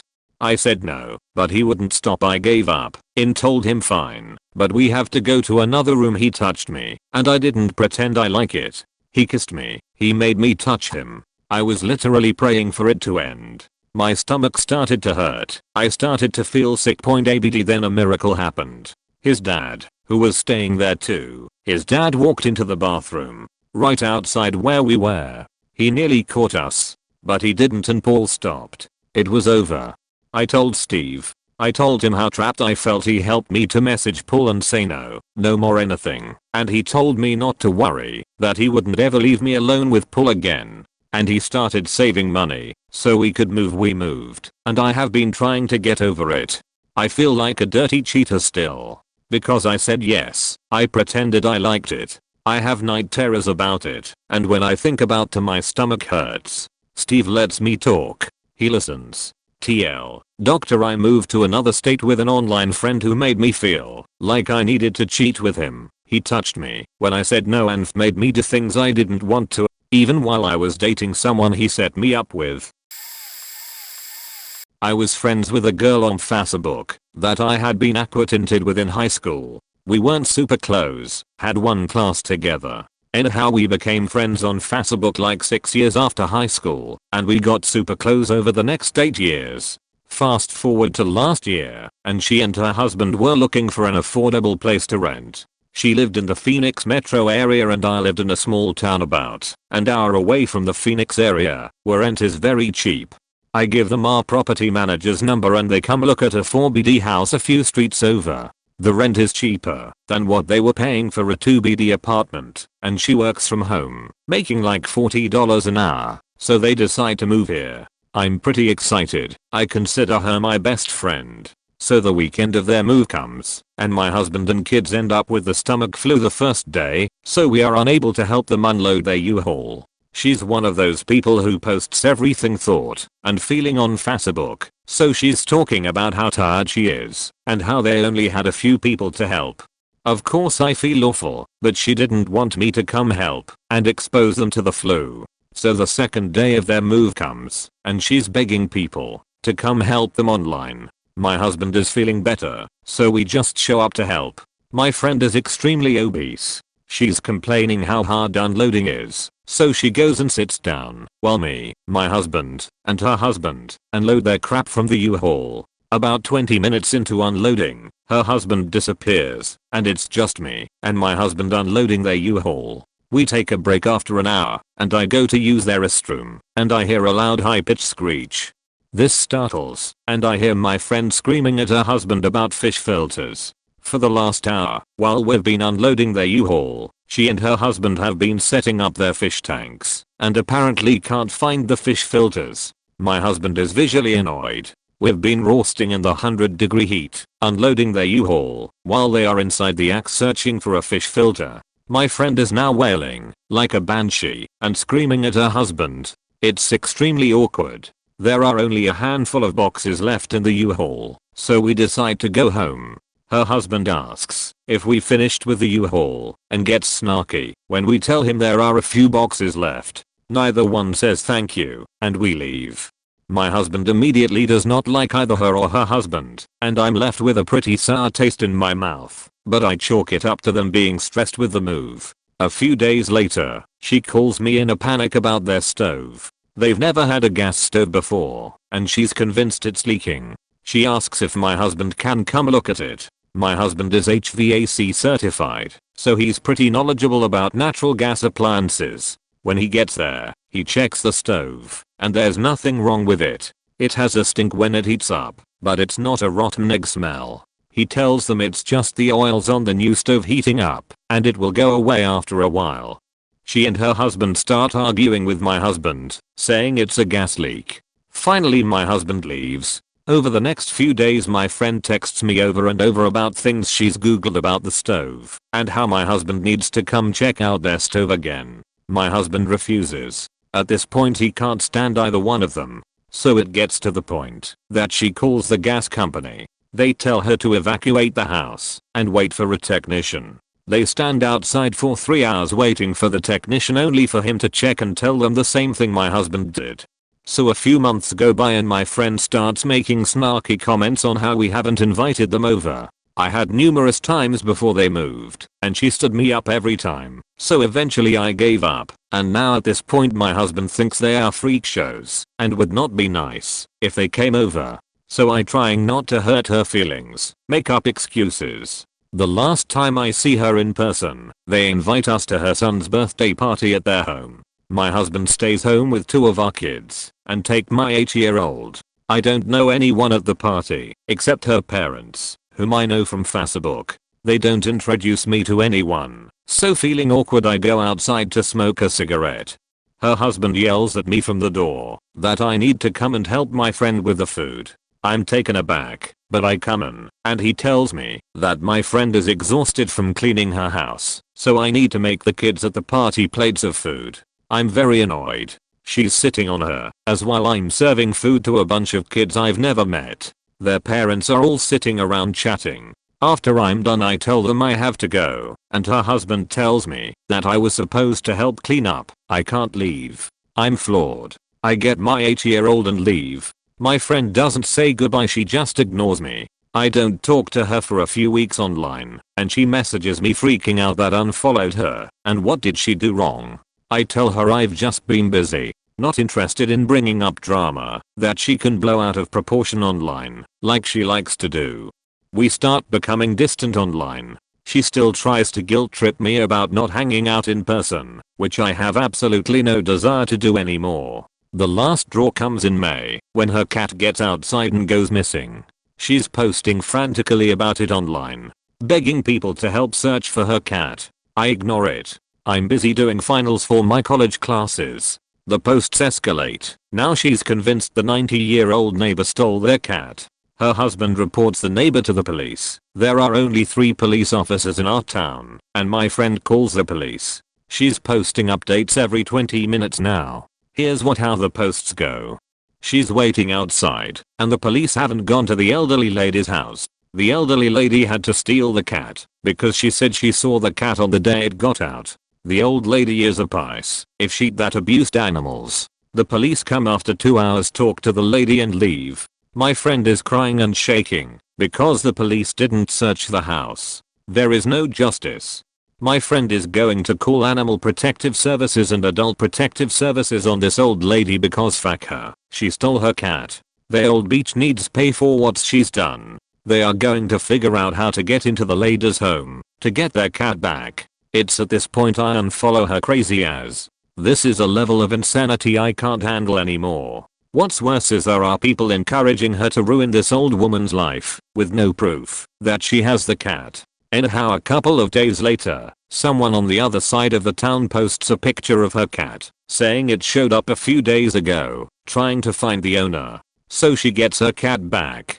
I look at her profile expecting her to feel bad about blaming their neighbor, but nope. They are convinced the old lady was scared after the cops came and went and dropped the cat on the other side of town, so she didn't look guilty. What the fuck? A few weeks later, a mutual friend tells me crazy friend made a childish post about what a horrible person I was because I didn't volunteer to search for her cat and bragging that she unfriended me. I check, and sure enough, psycho unfriended me. Hallelujah and good faking riddance to her and her crazy husband. I have 2 friends I've been gaming with for almost 10 years that I eventually met IRL. One became a complete disaster and I barely talk to him anymore. Referring to him as E. The other I'm actually dropping back off at the airport at this very moment and I wish it hadn't gone as awkwardly as it did. Referring to him as A. We all used to play various Steam games together. On Fridays we still typically end our work week by getting drunk and hanging out in Discord. E and A and I all met on Killing Floor back in the day. I've never kept it a secret that my husband and I are non-monogamous. Naturally I had a flirtatious relationship with one of them, E. We dated a bit. I'd fly to Seattle to spend the weekend with him, and he'd come see us from time to time. There wasn't anything too weird at first. E was just a little awkward IRL, kind of shut down emotionally and introverted. But my husband and him got along really well. Everyone is kinda awkward sometimes, so I dropped it. It seemed like a good fit. After a few months it became clear he was taking the casual meetups really seriously. It wasn't just such and fun dates for him. He seemed to believe that we could somehow make a real relationship work, and he was investing a lot in me emotionally. I bluntly told him that wasn't the case, that I'm married to who I'm married to, and I apologized if I didn't make my intentions clear. He seemed fine for a few weeks. Friday night rolls around, we all get in Discord and start gaming together, but he is drinking hard and isn't holding his liquor well. He stops us every few minutes so he can try to puke. We encourage him to go to bed. It'll be Friday again next week and we'll all be on again. He refuses to get off and is too drunk to understand what an absolute buzzkill he's being. I message everyone separately and tell them to say we all need to go to bed, hoping he'll just log off and crash out. We waited until it looked like he'd signed out and all rejoined the channel to resume our gaming. It turned out he hadn't signed out, he'd just gone invisible, and when he saw us all get back on he lost his shit. He assumed that we tricked him because we didn't like him instead of it just being that he was wasted and being kind of annoying that night. I assumed our years of gaming and eventual dating meant he understood that we had a really decent friendship and I didn't secretly hate him or something. He starts texting my husband saying he was going to die tonight and don't tell me, but he's been feeling suicidal over losing me for weeks and his gun is right there with some ammunition. He just really freaked out. So my husband starts the long, drawn out process of getting a hold of the correct police department. We live in Colorado, and I start calling and texting freaking out thinking he'd already killed himself because he wasn't answering. I even found and started messaging one of his oldest friends on Facebook, asking if he could make it to E's house, but he was drunk too, given it was a Friday night, and he wouldn't answer his calls either.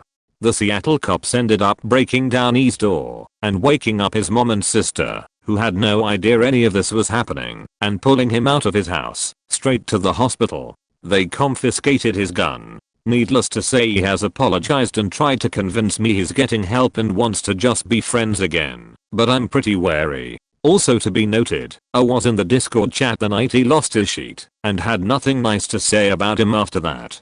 I also just got out of our car to catch his flight back home, and I'm pretty relieved about it. So all of that happened with about 7 months ago. I seemed pretty happy he dropped out of our gaming group, and after this weekend I realized it's because he was actually jealous of E and my dating. I met A in Killing Floor. Before I met E I'd only just gotten a laptop to game on, and was horrifically bad at using a mouse and keyboard. I was great about it.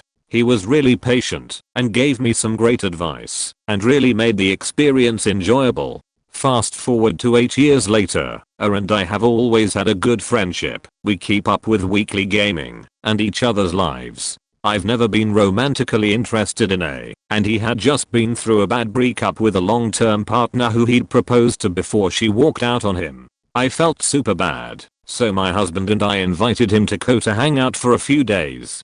I bought the tickets before talking to us completely. He booked it for 5 days instead of a weekend, and it happened to be on a week when I couldn't take time off of work, so he and my husband ended up hanging out more. Night 1, I'm having a few beers with him and hanging out, and he's really pushing my personal space, standing super close, hovering over me. He's not a small dude. I try to subtly move back or move around him, find a chair to sit in, kind of as my body language to signal that I'm not comfortable. Anytime I look away or do something else, he starts staring at me really intently. I shook it off as maybe it's just some jet lag and alcohol, or maybe he's just happy we're meeting, or whatever.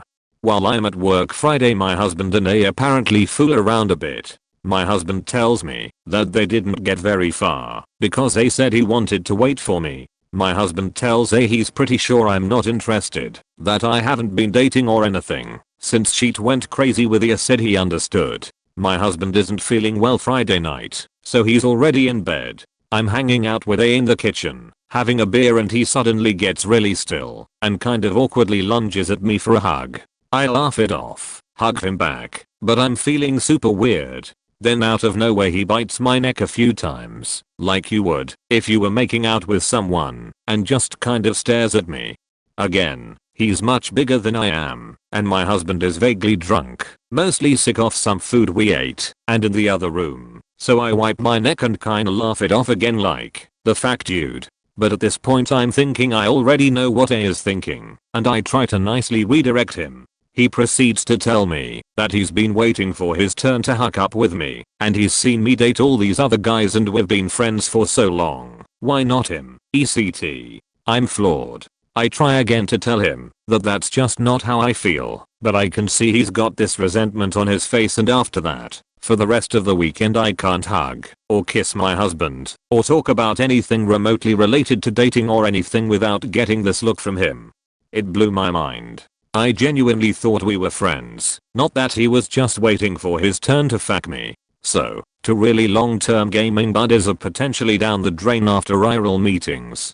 TLDR, 2 long-term gaming buddies potentially gone after meeting. Dated one who threatened to kill himself after I had to break it off when he started taking our dating too seriously. My husband and I are in an open relationship. Just met the other one and had him go full on /naseguys on me because I'm non-monogamous and apparently that means I'll fuck anyone.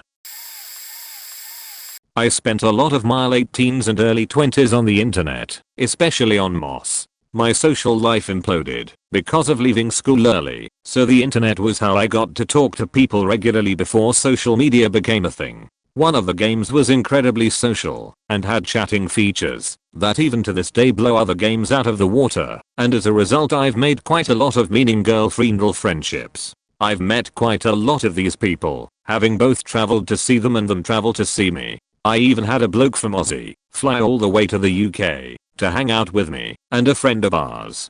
All the times I've met somebody has been great except for a single occasion. One of my closest and long-term friends lived in Europe. I'm going to ramble a bit for backstory which will be relevant to the ending later. We had known each other for a very long time and were extremely close. At some point she unfortunately had a miscarriage and she came to me to vent. At the time her boyfriend wasn't so attentive. I'd be on a Skype call with her playing WoW and I could literally hear him in the background gabbing away with his friends. They never did anything together, which is probably why she came to me.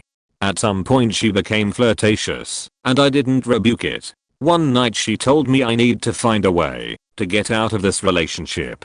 He lived with her and had moved to be with her from the opposite end of the country. They also met through the internet, go figure. And not one of my proudest things to admit, but that was enough for me to feel okay to flirt back with some brief sexting. While all this was happening we had planned for me to come visit the two of them and the boyfriend was okay with it.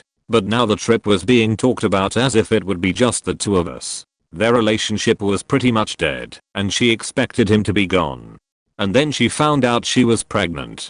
This time it was accidental and she wasn't expecting it at all. She was still hurting from the miscarriage. The baby that she had hoped would save their relationship. It's not my place to judge whether I think that's a good reason to have a baby or not. She saw it as a second chance for the child she desperately wanted and decided to keep working on the relationship. I respected that, and the flirting and sexting stopped immediately. We still pushed ahead with the idea of me visiting though. Me and him interacted enough that we weren't strangers and me and her were still close and still had so much history. So why the hell not? So the trip happens, and for the first week it's a blast. Slight bit of awkwardness of adjusting to each other and sharing a live space together, but no issues or anything. Then the final day comes, and she invites me out for breakfast, just the two of us. I thought we were going to just go to a cafe or something. Instead she drove us to a secluded little spot in the mountains. We sat at the edge of the sea surrounded by cliffs and islands in the distance. It was beautiful. And we were completely alone. She had made a picnic for us, complete with basket and blanket. It could be suggested that it was a romantic environment. And I noticed she was making a lot of fixed eye contact. More than the previous few days. If she was hoping for something to happen, she never said anything. In my mind, she's still with her boyfriend, so that automatically puts her in my friend zone. How often can a guy say that about a woman? Close bracket. I wasn't thinking of anything out of the ordinary at all. We have our picnic and it's a lovely time, and we head home. On the way she's kind of quiet. That's unusual. We stop at a fast food place to have stuff for lunch later, and she seems visibly annoyed with lots of short responses. I'm fine. No thanks. I know when somebody doesn't want to talk, so I didn't push. We got back to her place and things seemed normal after that. The trip ends, and I make it back home. And somehow what we had before had changed. She wasn't as talkative, and she slowly stopped playing the games we had played together. What the hell happened, I wondered. I brought it up, and she said everything was fine, and was sorry for being quiet. I was baffled. Then a few weeks later I changed the banner on my Facebook to a picture I took of the place we had breakfast at. She commented with, "Is that where we had our breakfast date?" Date? What? And then it hit me. Had she been hoping for something to happen between the two of us? Was that why she was quiet and annoyed on the trip home? It seemed inappropriate to bring up at this point, especially as she'd given birth to her child now. Sadly the friendship was never the same. And I still don't know if it's something I did, something I didn't do, and wouldn't have done, or if it was just something that would have happened anyway. At first I was worried it was me, but 90% of the trip was great and none of the many other people I've met have been different with me after we met, so I like to believe it wasn't me. I regret the trip because I lost somebody very important to me.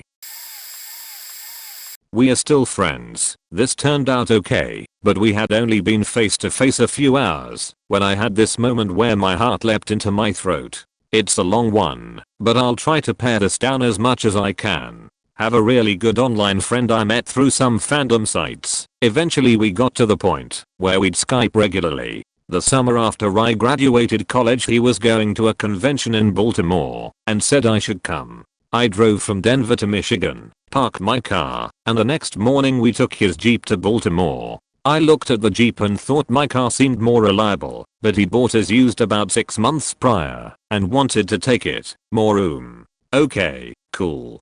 On the Ohio Turnpike we get pulled over by a cop for touching the solid white line with our tire. Makes my friend go sit in the back of his car. That's weird. Then he comes up to my window and asks me to get out of the car and take about 10 paces away from it. Seems weird for something the driver did, but okay. Second vehicle shows up and a guy gets out with a dog. They say they are gonna have the drug dog smell the car. Dog gets up on the passenger side headlight and starts scratching at it. In my mind's eye I can see them taking the headlight off and pulling out a whole brick of cocaine or something the prior owner left behind. They search the car for another 20 minutes or so. Find nothing suspicious, except they want to know who has the blue suitcase. Well, I do. They then produce a little plastic baggie and ask if I have ever seen it before. I have seen enough episodes of Cops to know the right answers are not "those aren't mine" or "I've never seen it before," but "those aren't mine" and "I've never seen it before." I take a closer look and realize what it is. I didn't own my own luggage, so I borrowed some from my parents. Sensibly, in case of unexpected cancelled flights or what have you, they keep a couple days worth of all their prescriptions in their luggage at all times, so they can't forget them. So I now have a little baggie of my dad's pills, including morphine and carisoprodol, which I have transported across many state lines. But it's only a couple pills, and there is also metformin, amlodipine, Lipitor, and other standard older dude drugs that a junkie wouldn't be interested in. So whether he believed me or just didn't want to do all the paperwork for like 8 pills, they let us go and told us to flush the pills at the next rest stop, which I did. They let my friend out and all they tell him is, "You can go. We found some drugs in your buddy's bag." So for a bit he instantly regretted meeting me. He gets in the car and glares at me and just says, "Really?" Thinking they meant cocaine or something. I explained it to him. We laughed it off and are still friends to this day. I've only met 2 of my friends from the internet and they were both wonderful people. I don't regret anything, but I do have something to share. One of my friends, James, he and I met in a chat room when we were 12 or 13. We kept in touch for a long time, and he was such a great friend. He lives in California, and I was a few states away, so I never went out to see him, but my girlfriend moved to his town to go to school. My girlfriend was very on and off again, but when we broke up, we kept in touch. She met up with James and hung out with him. During one of our on phases, I make plans to go out and see her. A week before I go out, James gets really drunk at her place and throws up in her bedroom.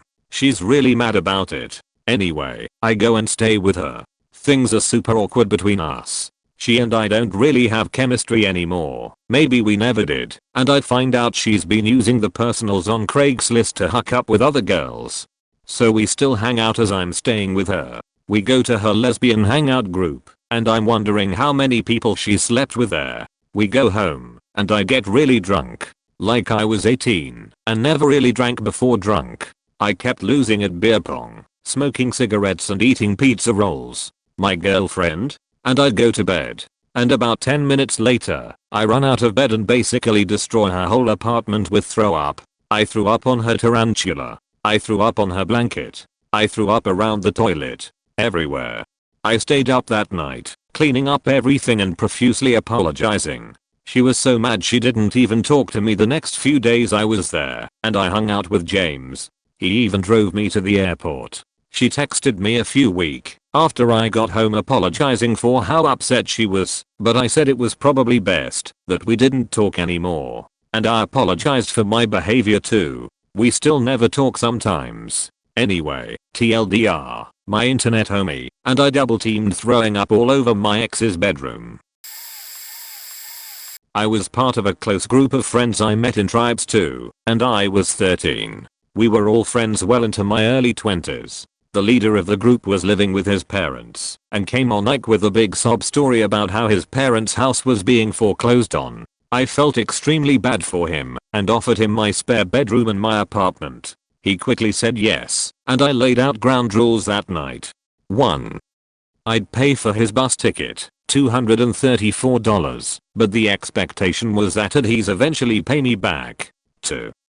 He could live with me rent-free for up to 6 months or he'd have to leave. 3.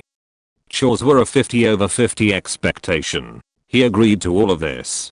8 months later, he still hasn't paid me back for the bus ticket. He's quit 3 jobs that I personally found for him. I caught him ordering PC parts on Newegg. He's 2 months behind on rent. Behind my back he was telling our friend group and his parents I was extorting him for money. So his parents were harassing me via text and voicemail constantly, and he denied saying anything to my face. He went behind my back to my parents to beg them for food and tell them I was starving him and tell them how awful I was. So, I sit him down one night and say, we gotta figure this out. It's not working anymore. He denies all of this and says he loves living with me despite all this proof I have. I handed him a piece of paper with all the money he owes me and why he owes me it, and it's close to $2,000 plus. He swears up and down he'll get the money. A week later he disappeared and went home with his parents. The friend group ended up disowning me for how badly I treated him. Edit. Bonus info: he used to admin a 3D sex chat program for BDSM and chicks with corks, and I caught him masturbating 5 feet away from me to it. This is only somewhat relevant because the regret didn't last, but I think it's an important story nonetheless. When I was 15 I responded to a YouTuber on Twitter because he was talking about the book/cartoon The Halloween Tree, but he couldn't remember the name of it. I fucking love that cartoon, so I jumped in with the name and he responded and retweeted me. End of interaction.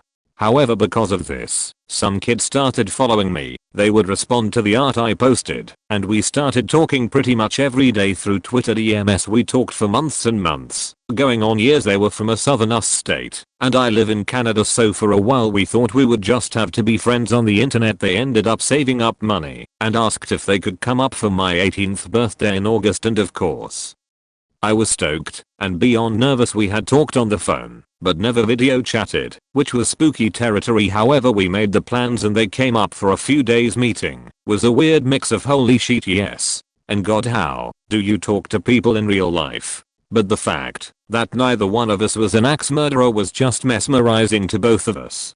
We had so much fun that week. 18 is the legal drinking age here, so I got to take them out to bars and shows, and seeing them stoked to drink legally was hilarious on my end. We ended up going out to the mountains on a road trip with a couple of my local pals, and we got into Hood Rich Sheet and broke into the fanciest suite at the fanciest hotel and managed to stay there for an hour before getting yelled at. It was up there sharing the cigar we found on the balcony that they told me how much they liked me, and we kissed. I really tried to make it work. This was one of my best friends and we were so close, but I was really figuring out my sexuality at the time, and it faked me up.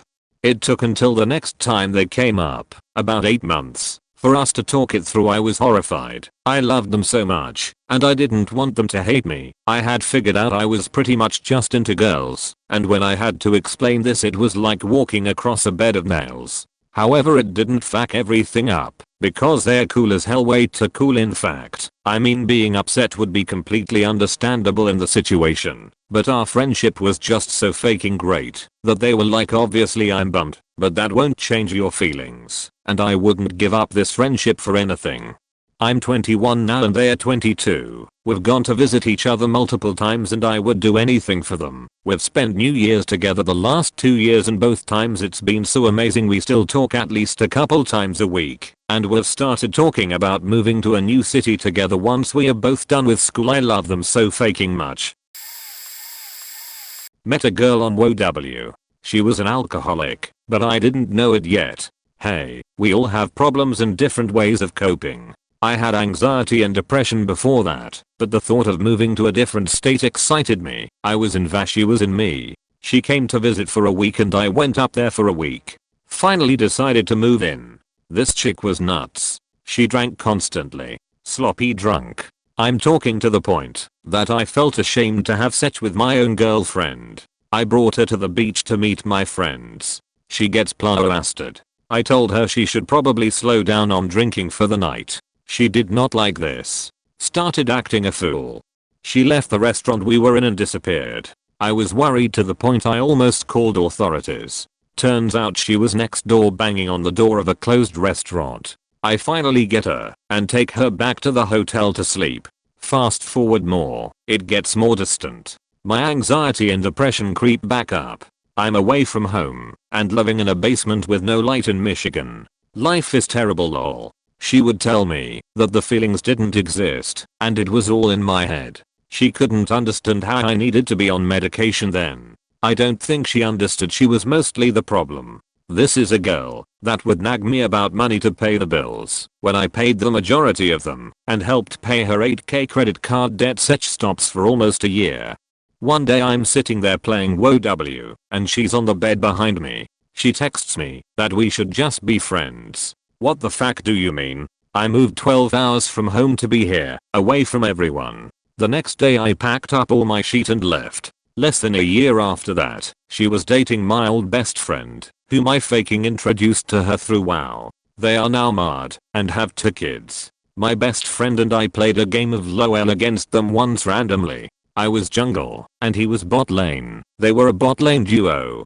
I told him that if we didn't crush them, I would never speak to him again. OFC, I was joking, but I made it sound serious. I got a gank off on both of them once, so I was happy. We faking crushed them. Afterwards, she sent me a friend request. I was an adult and accepted and was polite. So, one day I go to play a game with them and she's drunk. Big surprise. Starts talking about what she's going to do to her husband when they finish the game, which happens to be my ex-best friend. This was uncomfortable. I blocked her and then logged off. Haven't talked to her since. I messaged him the other day. Just saying what's up. In all fairness, he was one of my best friends and is a great guy, but I think he was just super self-conscious and jumped at a situation with a girl giving him attention. Fuck it though, I'm not mad. I have a way I better girlfriend now who has helped me push farther in my life. I recently started college after 14 years after high school. Fuck that beach. Edit. Spelling is hard. Still, fuck that beach. I had a pretty solid friendship with a guy I knew through gaming forums when I was younger. We chatted through texts and played games together all the time. He lived across the country, so meeting was never going to be easy really, but then one summer he came to stay within an hour of our town to check out a college he was thinking of attending at the end of school. We made arrangements to meet up for the weekend, but the only slightly awkward part for me was that he would be with 2 of his school friends who I didn't know at all.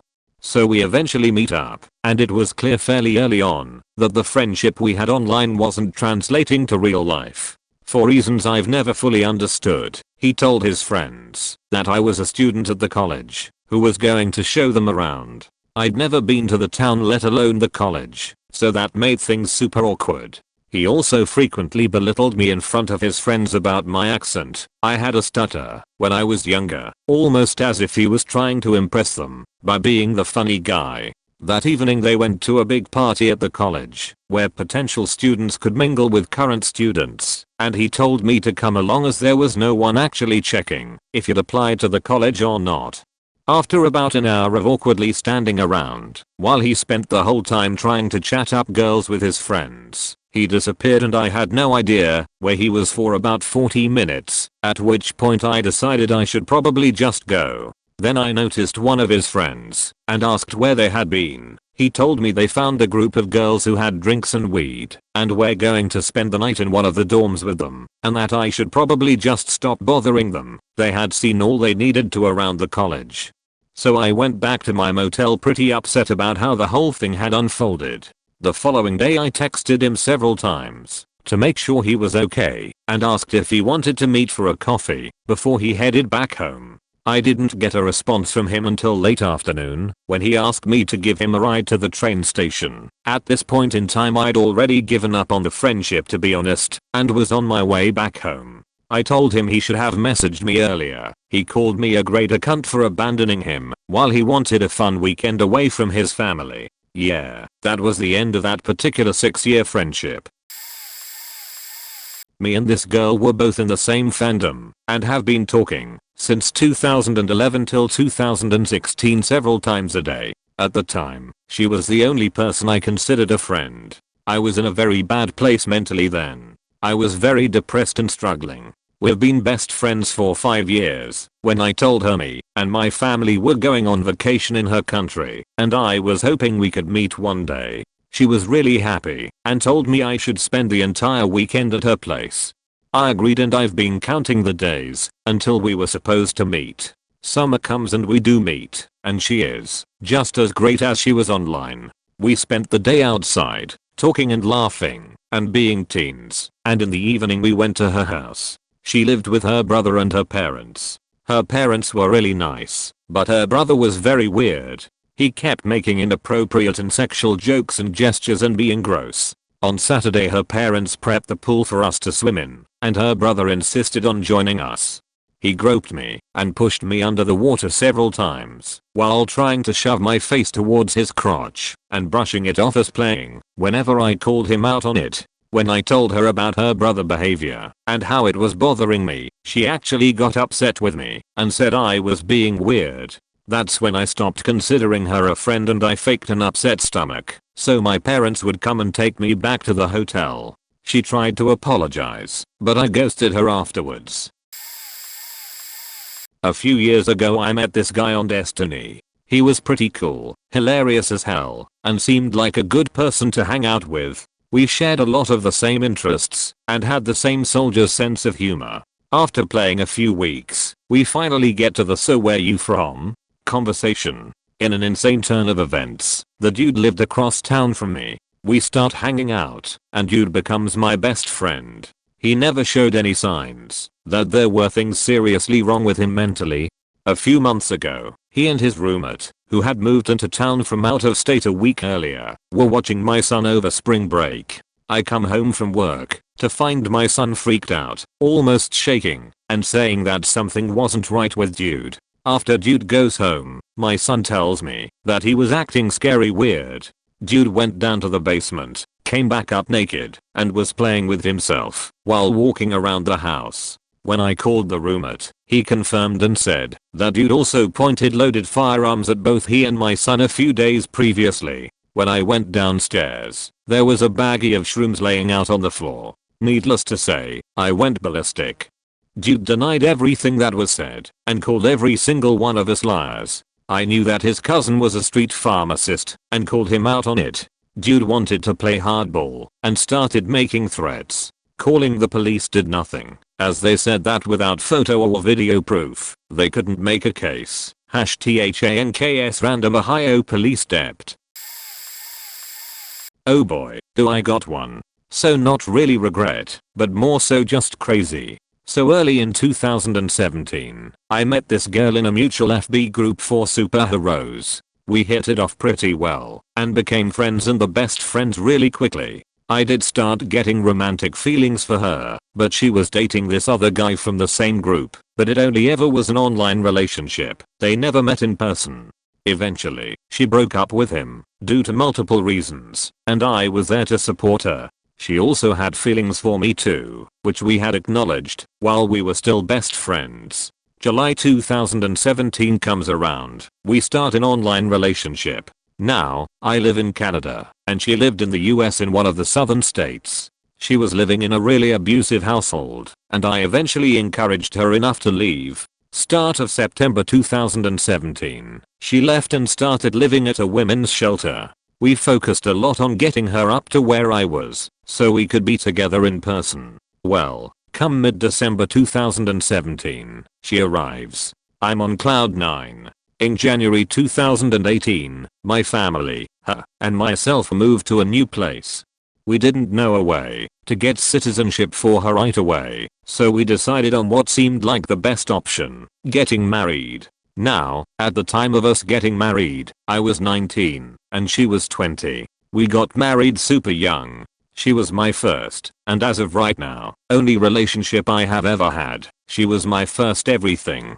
So, April 1st, 2018, we got officially married. I shit you not, we got married April Fools. Around this time, we started looking to see if we could find her birth father. She was adopted super young, lost contact with both parents, mom died, and father was unknown. Well, with my help, we found him. She was happy because she finally had a proper father figure. And my mom was like a mother she never had. May 2018, we moved to a small town to manage a motel together. We started hating working there little by little, and we had come up with a plan to go down to the States to live with her birth father, his wife, and her kids. One son, two daughters. They were not her birth dad's biological kids FYI. Mid-August, her dad and stepmom drove up here to come get us. Our plan was simple. We try living down south, Alabama to be specific, see how it is there, and see where we liked living better. While in the States I'd work on getting citizenship. The time comes, we get to the border, I'm denied entrance. I got barred from the States, so we turn around to go back into Canada, and she's denied entry into Canada. So we were forced to be separated. She went to live with her father in the States, while I went to live with my mom and brother, and my mom now managed the motel we had been managing previously. After a week of separation, which we had been arguing about money for, she asks for a divorce. I'm crushed. For the next 2 weeks, I work on trying to win her back. I'm desperate. Finally, she started wanting to talk to me again. We are talking over the phone, and it seems like there was hope for us yet. And then she tells me she cheated on me with her stepbrother. Yeah, I was devastated. I become severely depressed and extremely suicidal. The motel was next to a highway. I would think daily about jumping into traffic to kill myself. I'd even sit outside the motel and watch the cars go by, wondering if this one or that one would have enough impact to kill me if I jumped in front of it. I wanted to overdose on my meds. I stopped eating. I stopped sleeping. I didn't do much. My mom took me to see a doctor, and he almost sent me to a psych ward.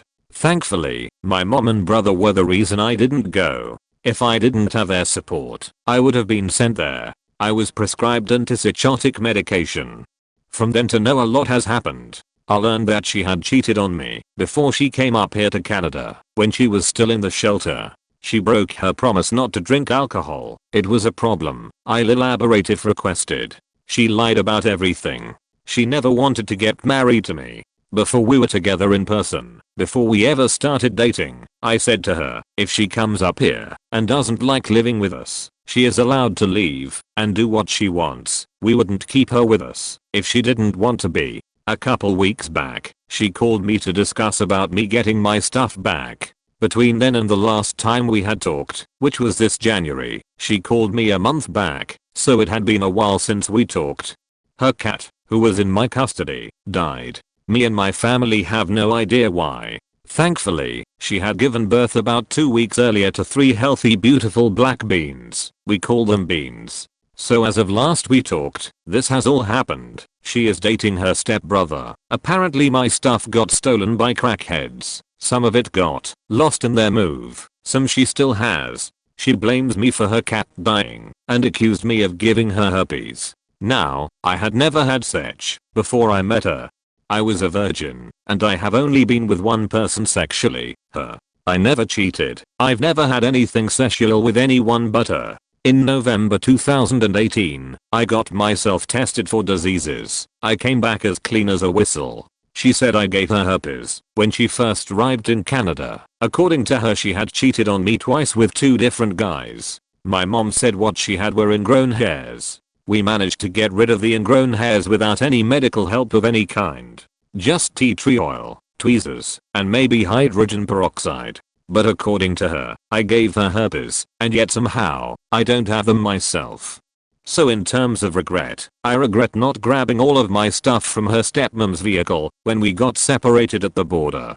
I thought it would be best that most of the stuff I had packed stayed with her in Alabama. That way I would have less to take on the plane when I got down there. That is my one regret. So yeah, I gave her a brand new better life. I tried my best to be the best to her and treat her like how she should be treated, like a queen. I always had her back, even when it meant I'd be fighting against my own family. I married young and getting divorced young. Our marriage date being on April Fool's makes it all seem ironic. I helped her, I saved her, I helped her find her real dad. I can't trust a single word she says. She is a big liar, and I doubt I will ever know the real truth about anything from or about her. Like I mentioned, my biggest regret is not taking all of my stuff back with me. She had my entire movie collection, tons of my favorite clothes, UGR cards, and a lot more. I just don't feel like listing it all right now. Most of everything of mine that she had were gifts from family and friends. All of it combined, it probably all costed close to $2,000 if I were to give a very rough estimate. I'm really crushed and devastated about that. I have to start my movie collection from scratch. All of my stuff she had / has all is very sentimental to me and was very valuable to me. That is my regret. It may not have been instantly, but I still regret it nonetheless. I don't know if this is the kind of answer your post was asking for, but hopefully it will do. I didn't intend for this comment to be this long. But hey, if you read my faked up story, here's a smiley face or thumbs up and me wishing you a great day. I hope you all have a very nice day. P.S. She lives in Alabama with her stepbrother boyfriend. It makes sense, considering it's Alabama, if you know what I mean. Never actually met. Here's a story. I met a girl in an online forum. Ended up becoming very close friends and would regularly talk on the phone and text. Unfortunately we live 6 states away from each other. Without a doubt we would have dated, and maybe even more, if we had lived closer. We both admitted that. We even discussed a long distance relationship, but realized it would be tough. Well, about 4 years after we met online, my family decided to vacation in her state and we would just happen to be driving through her hometown. We both immediately made plans to meet up and go on a date the night I'd be in town. I felt like it could have been the night that we kissed and maybe even decided to start a relationship. I saw serious potential with this girl and could even see myself marrying her. Well, the day comes and we arrive in her hometown. Mind you, this has been planned for months in advance. Literally an hour before I'm supposed to meet her, she abruptly changes her plans and doesn't give me any reason as to why. She says that something came up and she has to postpone meetup for a couple hours. Okay, no problem, I can wait. The new time comes for me to leave to meet her and I haven't heard from her. Mind you, I'm in a very large city that I've never been in, and the location we are meeting is about 45 minutes away from my hotel. I wanted to confirm we were still meeting before I left. Never heard from her. I called and texted, nothing. It was very unlike her. She texted me the next day after we had already left town and she gave me a very impersonal apology and wished me a good trip. After that day I didn't hear from her, even after attempting to reach out every so often, until 3 years later she randomly called me to talk. By then I had moved on and was engaged to be married to my now wife. We briefly spoke on the phone and caught up. That was the last time I ever heard from her. That was 4 years ago. We went from best friend / potentially dating to nothing in the span of one night when we were supposed to finally meet in person. I'm still friends with her on FB, but I haven't spoken to her since that last phone call. Edit, grammatical errors and additional details.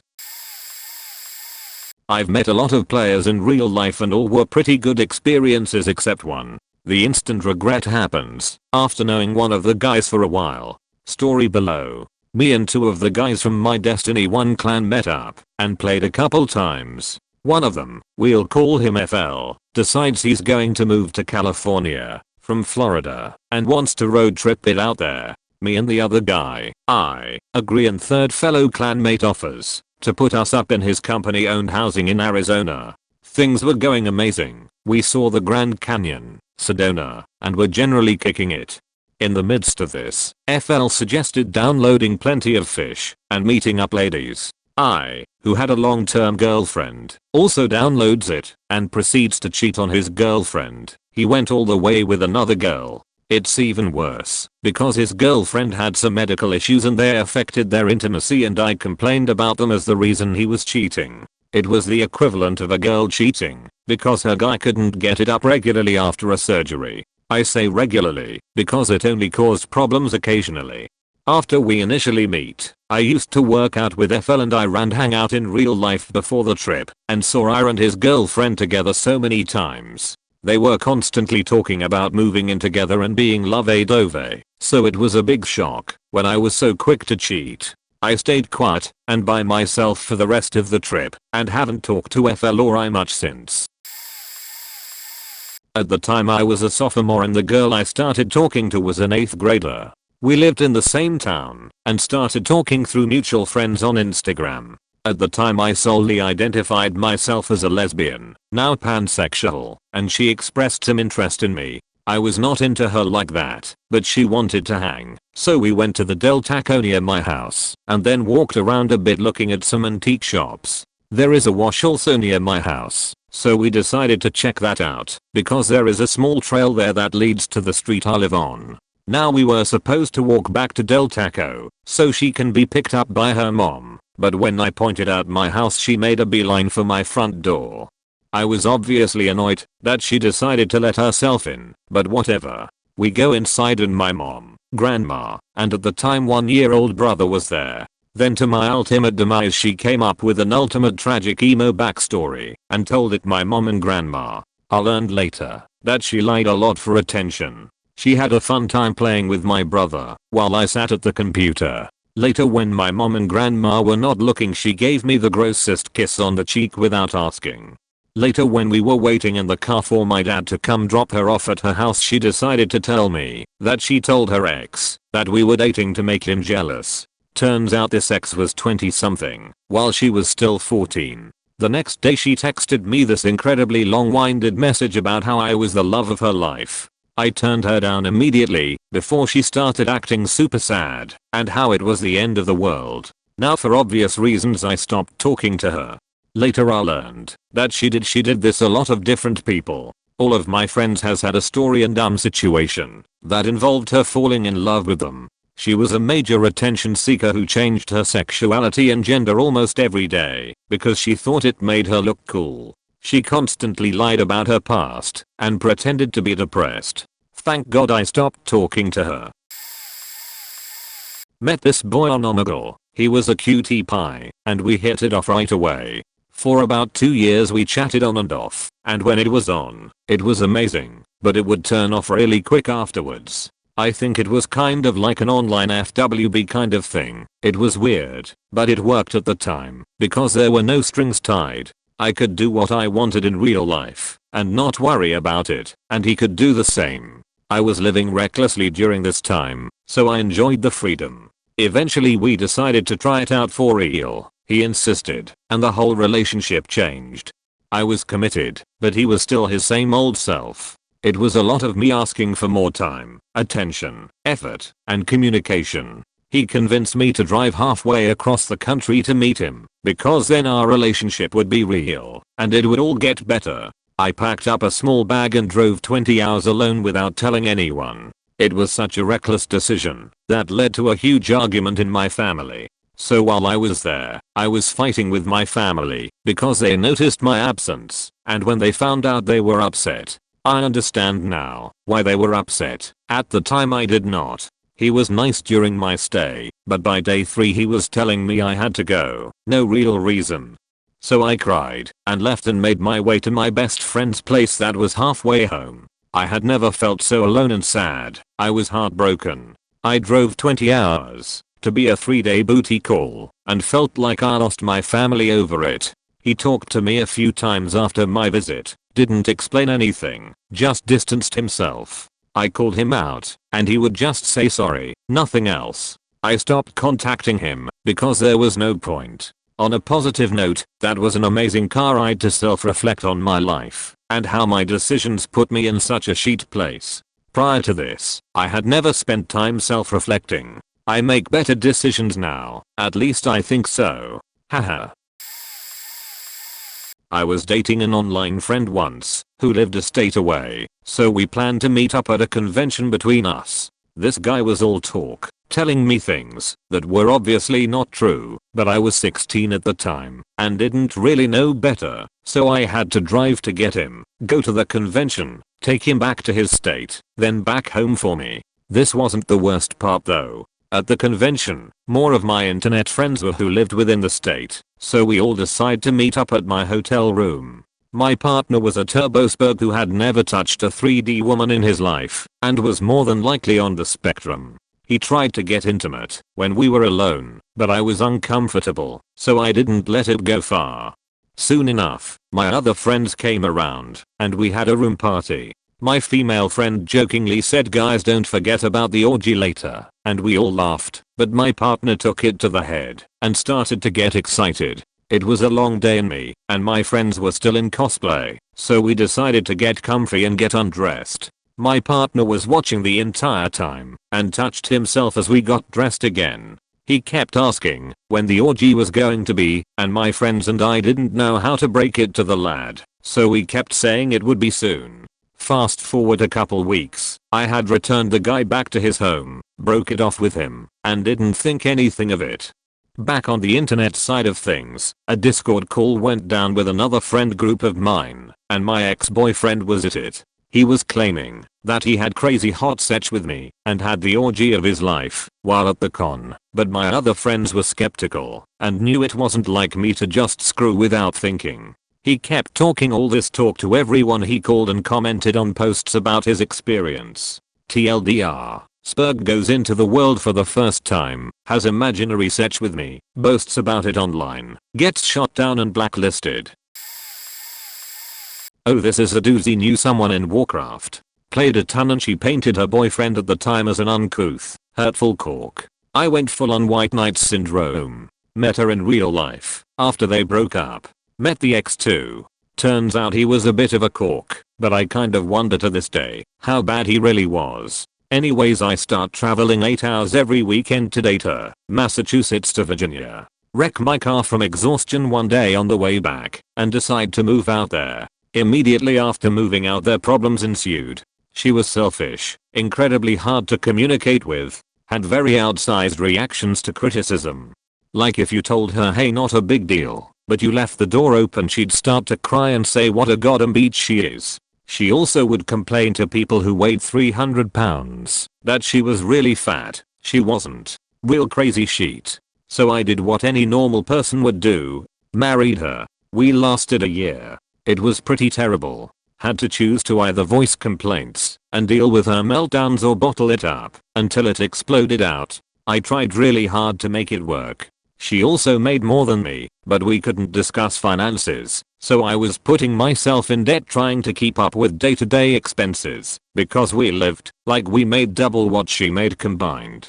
Towards the end it actually got a bit scary. She was bulimic, but claimed she wasn't, even though I kept hearing her puke. And if we had big arguments it would end with her screaming, "You're right, I'm a bitch, I'm a cunt," while she physically slapped her own face. A psychologist friend told me later that she was basically inviting me to physically and emotionally abuse her. Well, turns out karma's not always a bitch. Sometimes she has a hilarious sense of humor. A year in she starts talking to someone else on Warcraft and basically does the same thing she did to her ex. Painted me as a monster and that she was trapped in an abusive marriage. She claimed I was paranoid, but walked up to her more times than she knows and read the flirting on her screen and saw a series of text messages and exchanged pictures. Guy was a bit of a mess himself, passed out drunk on a railway car and apparently lost his leg, but that's another story. My first instinct was to save the marriage, but then I had an epiphany. I wasn't happy at all. Why fight to save something that had been so broken for so long? Moved out and filed for divorce.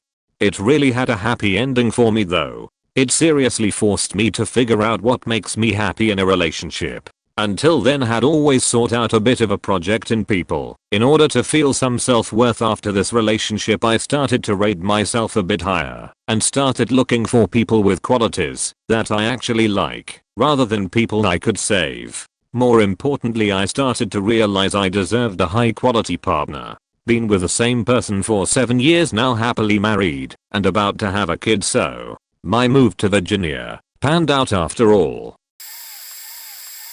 This was back in the early days of AOL chat rooms, long before things like Tinder etc. This was also before digital cameras were a thing and scanners were rare, so if you wanted to know what someone looked like, they would describe themselves or mail you an actual photo. Few people had a scanned picture of themselves to share. This meant often you didn't actually know what someone looked like. I frequented several 18+ chat rooms and became friends with 2 sisters that were often in a few of the same rooms. After a couple of weeks of imming with them, there was clear such talk and both wanted to meet me. I was actually getting the impression this could go real kinky with a 3-way with sisters.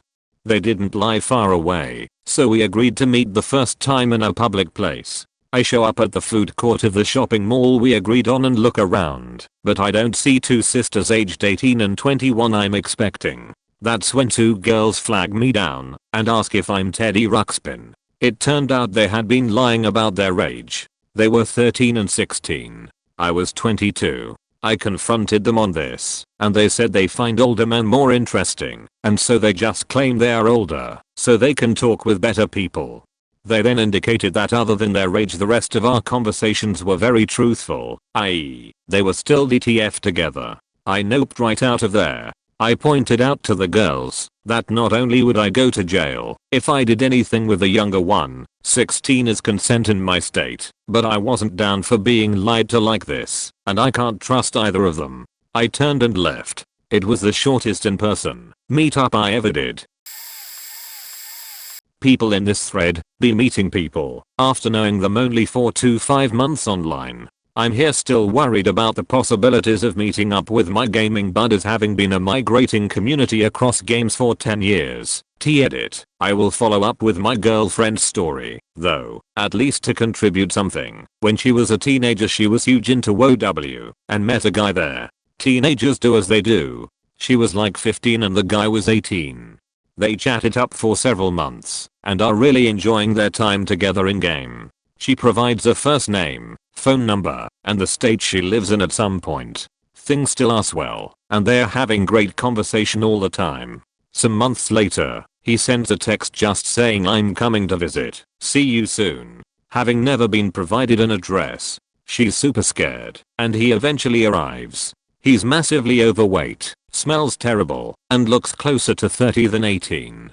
He'd driven 16 hours to meet her to take her away because they were meant to be together, and when told off, would not leave her parents' house or property until her mom called the police. Said some really creepy shit to her and that he'd be back, and left. Police were stationed for weeks around the house and to escort her from her bus stop and whatnot. Absolutely wild in the variance of people online.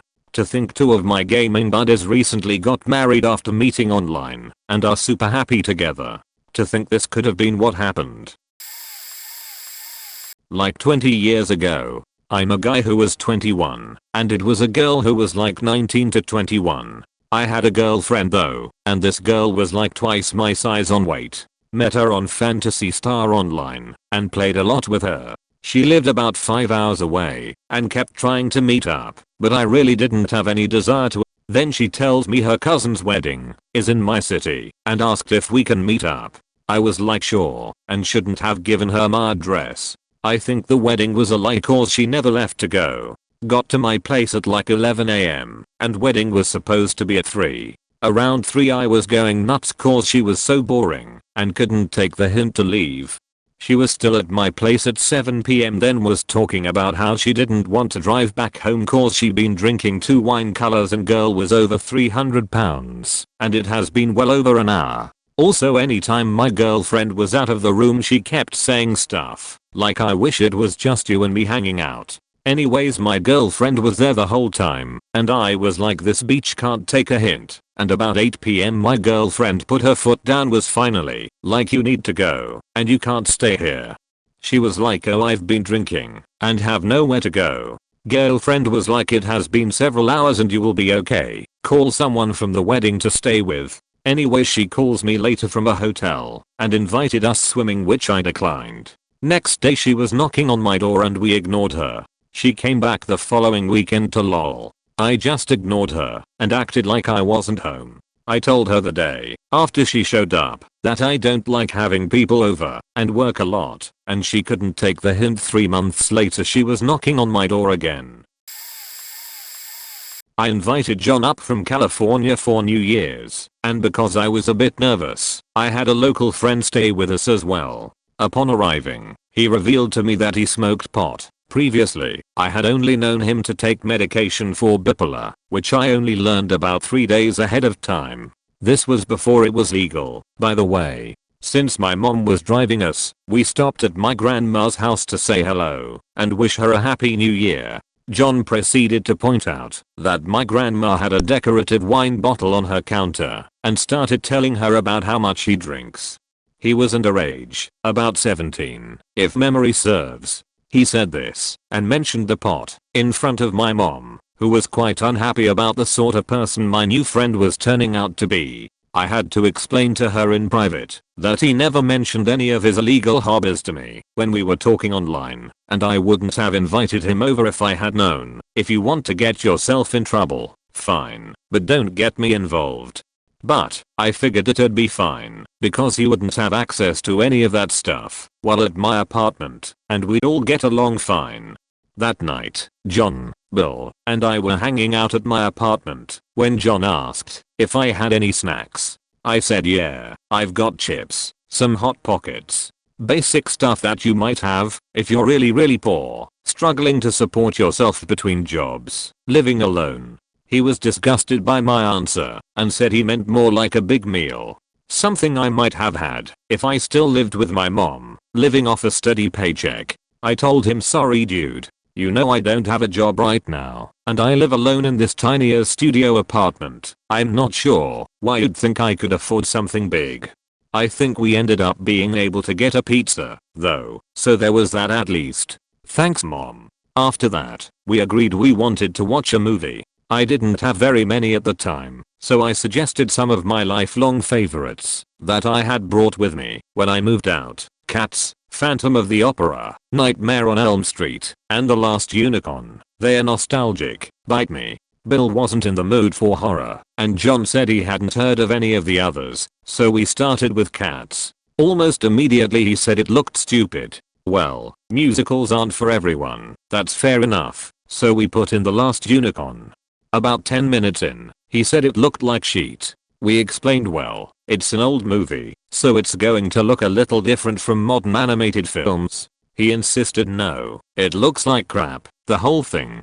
Bill and I at that point were annoyed because all John would do was complain, so we shrugged and said watch something else then. He proceeded to watch Puppet Master on his laptop while I text my mom saying the asshole had to go. After much begging, she agreed to take him to the airport first thing in the morning, and I haven't spoken to him since. I never actually met my ex. I started writing on Tumblr, an RP blog, and we started writing together. A few months later we both kept getting in on messages about PPL shipping us together, and finally she said it was a good idea and we should get together. So I said okay. And then it just got progressively worse. She would police my actions online. If I didn't tag her or have a tag for her, she would guilt trip me about not interacting with her enough. She would expect me to send her messages throughout the night explaining what I was doing, and if I wrote with anyone other than her, she would throw a jealous fit because I liked them more. We were in a relationship for a year and a half. She ended up blocking me, unblocking me, back and forth to teach me a lesson, and finally I just blocked her. I tried to work it out with her, tried to get her to go to therapy, etc. It just didn't happen. I left my online community, completely deleted everything to get away from her, and came back 6 months later, used a different name, and she still somehow figured out it was me. She has relentlessly stalked me for 5 years now, still trying to contact my online friends to tell them what a shitty person you are. I've moved on, have been with my boyfriend for 5 years now, and am extremely happy. To this day, she has a girlfriend, but is still obsessed with viewing my blog, talking shit about me and my friends openly, still sends me in on hate mail about how I need to rot beach and is generally a hateful person. I'm so happy that I got away from her. Odd story from my end. It's kind of a two-fare since involves two levels of meeting someone I kind of knew in passing and some of his online friends. One weekend in college, before I had a cell phone, and before smartphones were a thing, I got a random phone call in my dorm room phone from the brother of a high school friend. We had competed in some Halo 2 LAN parties, but never spoke directly, saying one of his teammates was sick, and asked if I wanted to go play with his team in a Halo 2 tournament that weekend, and he had a hotel booked and everything. Turns out the tournament was about 1,000 miles away from my house. I was in college, didn't have any plans that weekend anyway other than playing Halo myself, so I thought what the hell, what not? We decided it would make sense to drive straight through, taking turns driving and sharing the cost of gas, because the tournament started early Saturday morning, and it was already Friday when he asked me to join. The dude had Tourette's syndrome and his tic was that he'd hiss loudly and grab anything to the right of him really quickly, almost like a punch. Throughout the entire trip, every few minutes, while he was driving he'd hiss and punch me in the leg. He took the first shift, and before we left town he stopped and bought almost $100 worth of chips and snacks, enough to literally cover the entire backseat and floorboard. So we took turns driving for about 6 to 7 hours with music blaring and the windows down, and it was fine. Then as he was driving we hit Tennessee, and he speed up to 100 plus miles per hour. That wasn't terribly concerning, considering a lot of the cars around us were up there too. However, I noticed everyone around us started to slow down suddenly, not slamming the brakes, but just alert to something in front. Shortly after the road cleared out, and it was basically just us and this one car about a mile ahead. As soon as I saw it, I could instantly tell it was a police car, so I speak up, and I'm like, hey, that's a cop ahead. He turns up the music and speeds up super close to the car and whips around him and pulls in front. Naturally he was pulled over immediately, and after a super pissed off trooper lecture he was given a speeding ticket and we were on our way. He later got upset and said you should have said something if you knew it was a cop. At that point I was pretty upset myself but kept quiet, still excited to be in a Halo tournament. A few more hours into the trip he says he's tired, and I take my shift driving, turn the music off so he can sleep.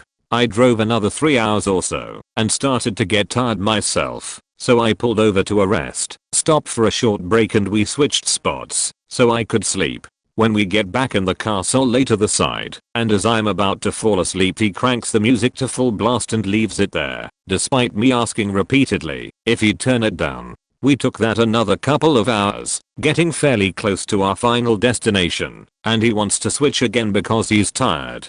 Still exhausted, I agree to drive the rest of the way there and turn the music to a normal level while he sleeps.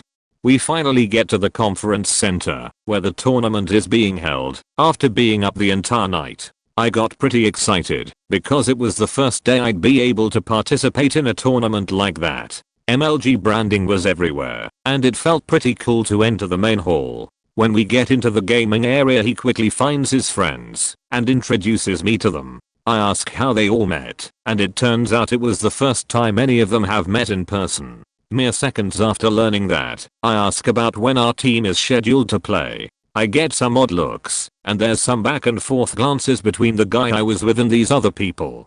Without getting an answer we start walking around watching other teams play. Everyone chatting about players they recognize and crazy plays we saw. While walking around a bit I realize that it's just me and one other member of this small group that are still watching games. The rest of them kinda have disappeared into the crowd. So I tell this person with me, whom I'd never met before, that I'd catch up later. I needed to go find the person I was with. At this point I was already pretty convinced I wasn't going to get to play in this tournament. Neither of us had cell phones back then, so we couldn't call or text at all. I walked around looking for him, and I was getting pretty angry. I found one of the people he was talking to before, and asked where he was. They didn't know. For about 10 hours I walked the halls looking around for him between watching various Halo 2 and Super Smash Bros. Matches. When the day ended and everyone started leaving the building, I started to worry a bit about where I would stay that evening, since I couldn't find the person that I came with and had no information about the hotel at all, assuming he ever had a reservation to begin with. As they start to lock up the conference center, I noticed one of the people I had met earlier in the day that was supposedly one of his friends. I run over to him and explain the situation. It turns out this kid was like 14 years old and was there with his family. They were nice enough to let me crash on the floor of their hotel room that night. So I ended up sleeping in some random hotel room of people that this person claimed he was good friends with. The next day, I found a payphone and called home. My parents were able to coordinate a flight for me to get home. They got in touch with some family friends that lived in the area and they gave me a ride from the hotel lobby to the airport. Never actually found out what happened to the dude I drove down with. He vanished shortly after we got there, and I never saw him again. It's been about 15 years now, and we haven't spoken, and I'm still pretty bummed that I never got to play in that tournament. I also secretly hope he freaked the F out after realizing he'd have to drive alone and pay for his own gas to get home. I made the mistake of playing WoW with my brother-in-law's raiding guild. I'm still beside myself when I think about these people. For starters, the horrendously anti-drug guild leader was a drug addict and biggest hypocrite I've ever met. He allegedly used sexual favors as an all-access pass to raid slots and T-bank access. He was a monster and I tried to figure out how he did it, since we never very good. We met at a barbecue and my Bill was bragging about how cool his friends are. My wife and I had already had very weird feelings about 2 or 3 of them. Turns out one of them brought a gun to the barbecue just in case. Just in case. What I'll never know. He later stole someone's girlfriend and got in a fight with a cop, and a few months later he ended up catching gun, drug, assault and EV charges. One of them stole a cop car, and the other guy we were weirded out about got caught up with assault against an officer and drug charges. One of the 3 had already had a DUI. I really don't care to remember which one. Bill's girlfriend was a gem. She was like a little sister to the Grams. I often wonder if she caught her HPV from him. Apparently it was a common enough thing to happen. She cheated on my Bill with GL when they were on a break.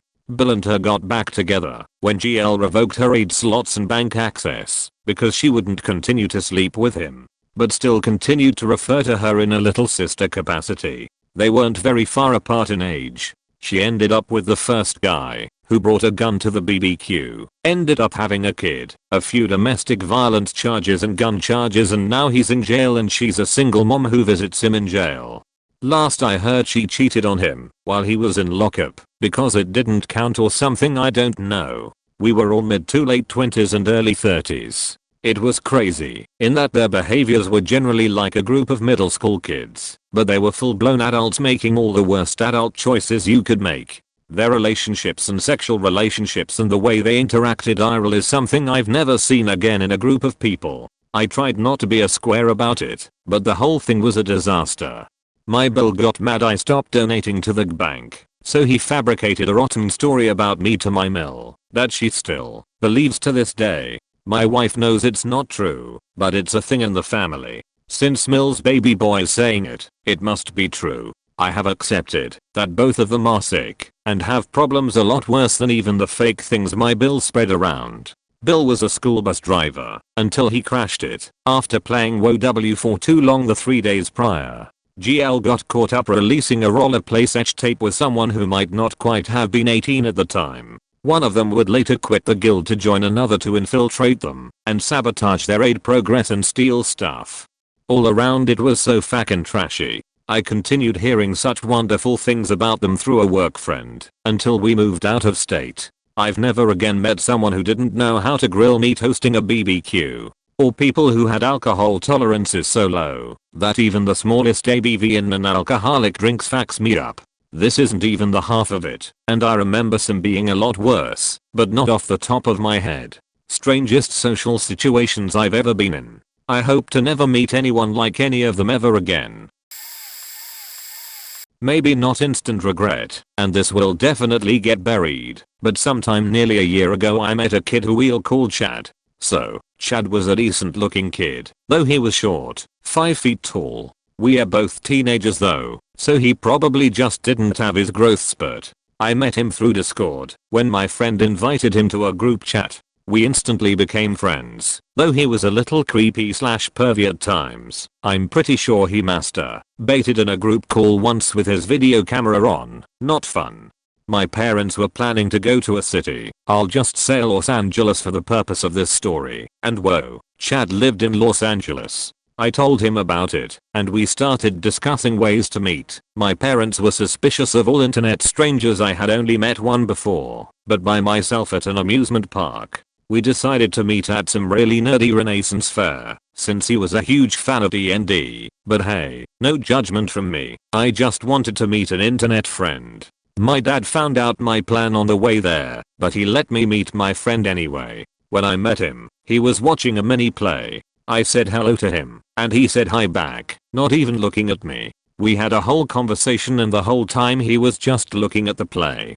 Also, he was wearing some weird night outfit, but we were at a Renaissance fair, so I guess it makes sense. Chad spoke not only like a nerd, but also like a cork the whole time, acting superior to everyone there, and dragging on their costumes, while I was just trying to have an actual conversation with him. I saw him glance at my breasts a few times, but since at the time I hated confrontation, I said nothing about it. After the fair, when his mom picked him up, and my dad and I were driving home, he started texting me really sexual texts. First he said I was flatter than he expected, then he started to talk about what he would done to me if we had been alone, talking about how I'd be his centimeter dumpster, and how, even if I was begging for him to stop, he wouldn't stop. And I was telling him to stop, that I was stressed out, and that this wasn't helping me, but he didn't.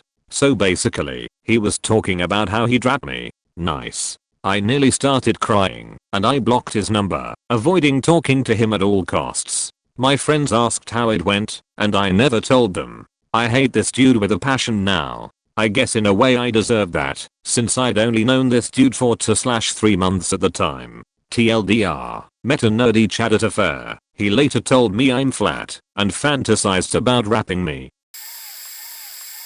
Met a guy through a bunch of mutual friends on Twitter. He had come down to visit me, and we only kinda hit it off. He was really into me, so I decided to give it another chance, and we met up again. This time, it went really well, and he eventually moved in with me during my time at university. After he got comfortable, he stopped paying me for rent, couldn't keep a job, because he didn't wake up to his alarm, and the red flags started. I'll let it go though, because I really liked him, and he moved so far for me. We moved into another apartment together. He started emotionally and physically abusing me, controlling what I wore, and who I hung out with. When I tried to leave the house, he would overpower me, and grab me, and hold me down. I was absolutely broke, because he only gave me about 1/6 of what was owed for rent each month, and I was trapped in a lease with him. I looked forward to work and school because those were times I could get away from him. Finally the end of the lease came about, and I got an internship back in my hometown which absolutely saved my ass, and I told him we needed to take a break. He moved back home, but not without leaving me with a $500 power bill. After our relationship ended, I found out from other friends and his family that he is an extremely pathological liar and lied about so many aspects of his life to me while in our relationship. After I started my internship, I blocked his number and social media accounts and wanted to turn over a new leaf. Then, he sent me countless emails and the only thing I said was basically telling him to leave me alone and that he was extremely abusive.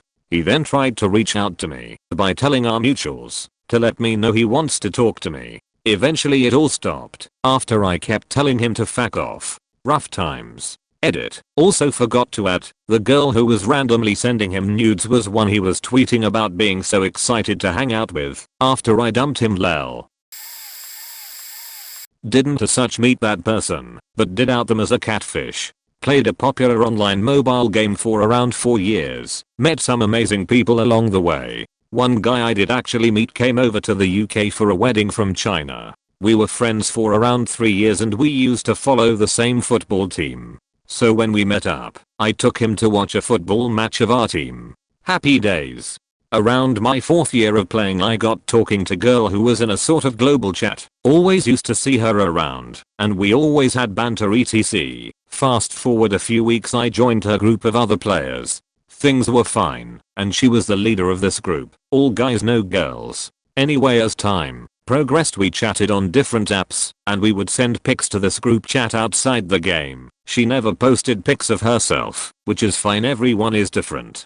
Different guys were joining this group over time and there was always kickoffs or some sort. Eventually we started messaging privately, and I would send her pics of what I was up to day etc. Never anything back.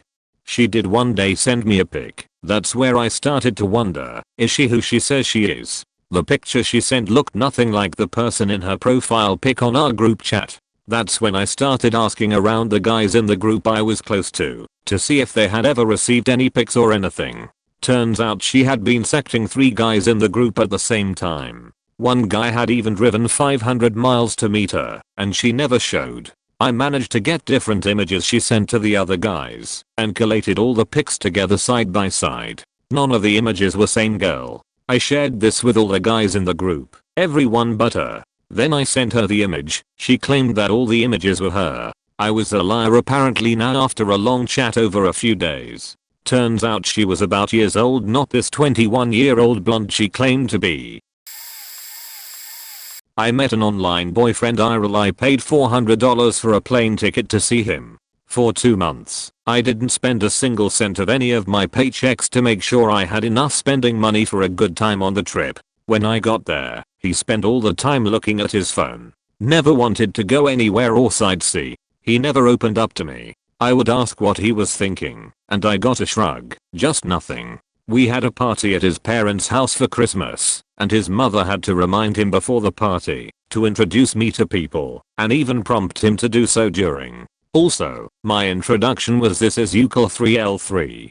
He alao didn't once pay for anything of mine. I'm not saying that, as my date, he was required to, but I did already spend $400 plus other fees just to go see him.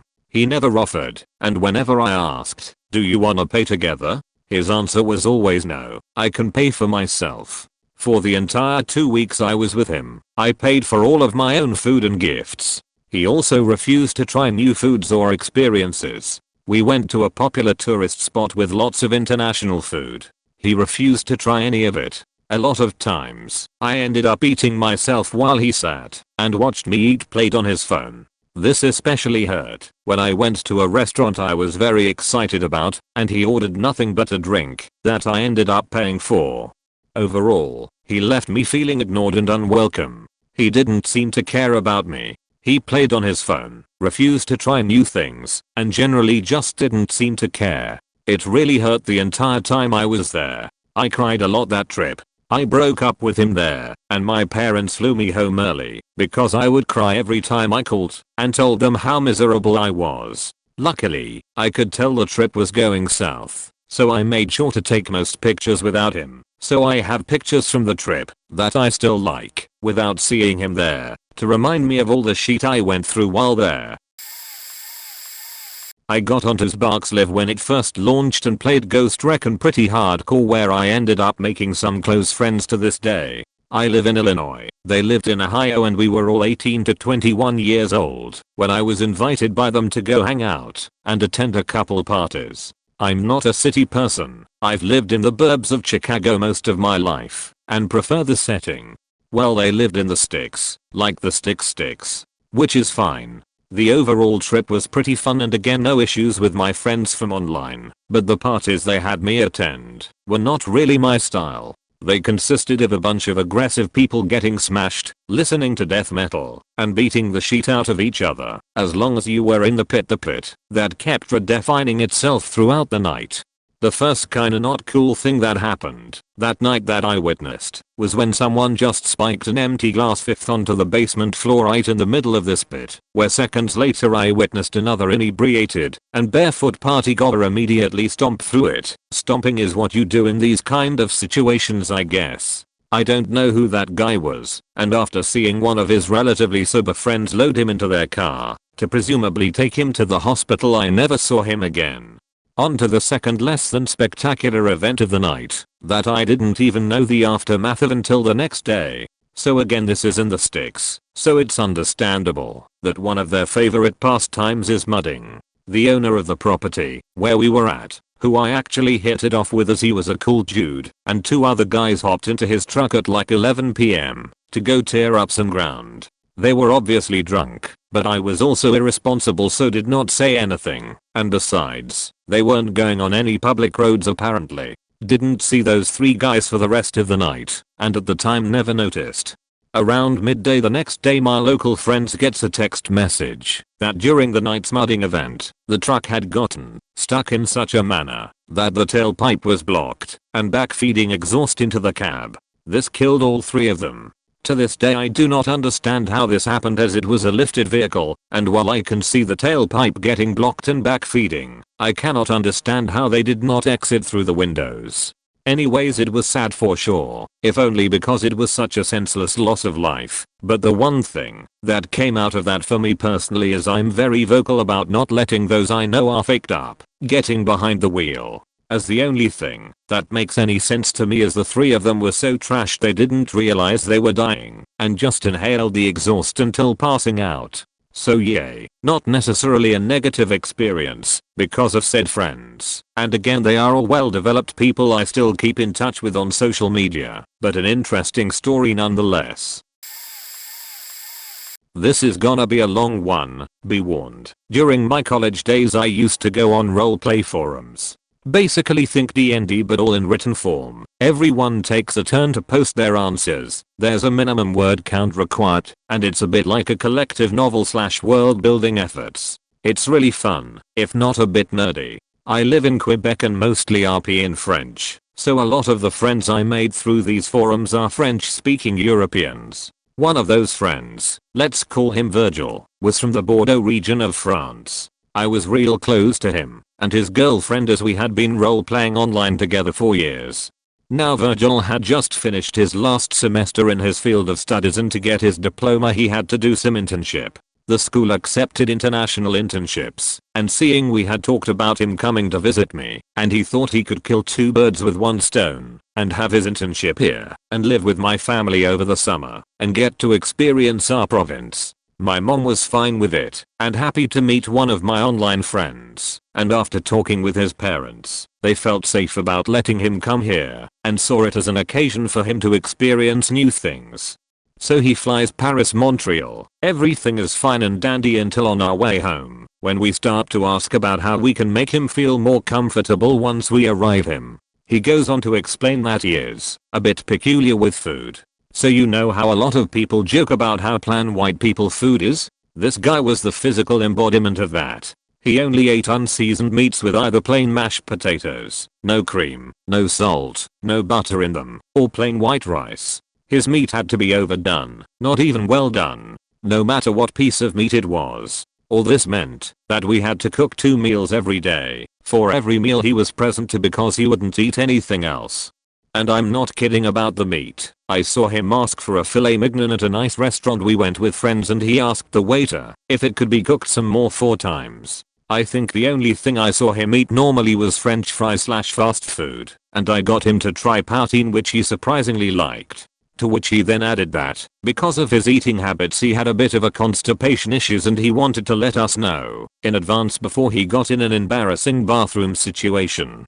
What he meant by that was that he took massively dense sheets. Like no kidding, he had to bring skewers with him in the bathroom to cut them in pieces so he could flush them down without clogging the toilet. And it took him over half an hour to evacuate them. I have no clue how the fuck he managed going to the bathroom at his internship or back when he was in school. My guess is that he would hold it until he came back home, which would explain how compact they were. Now if you think that's already bad, it's about to get worse.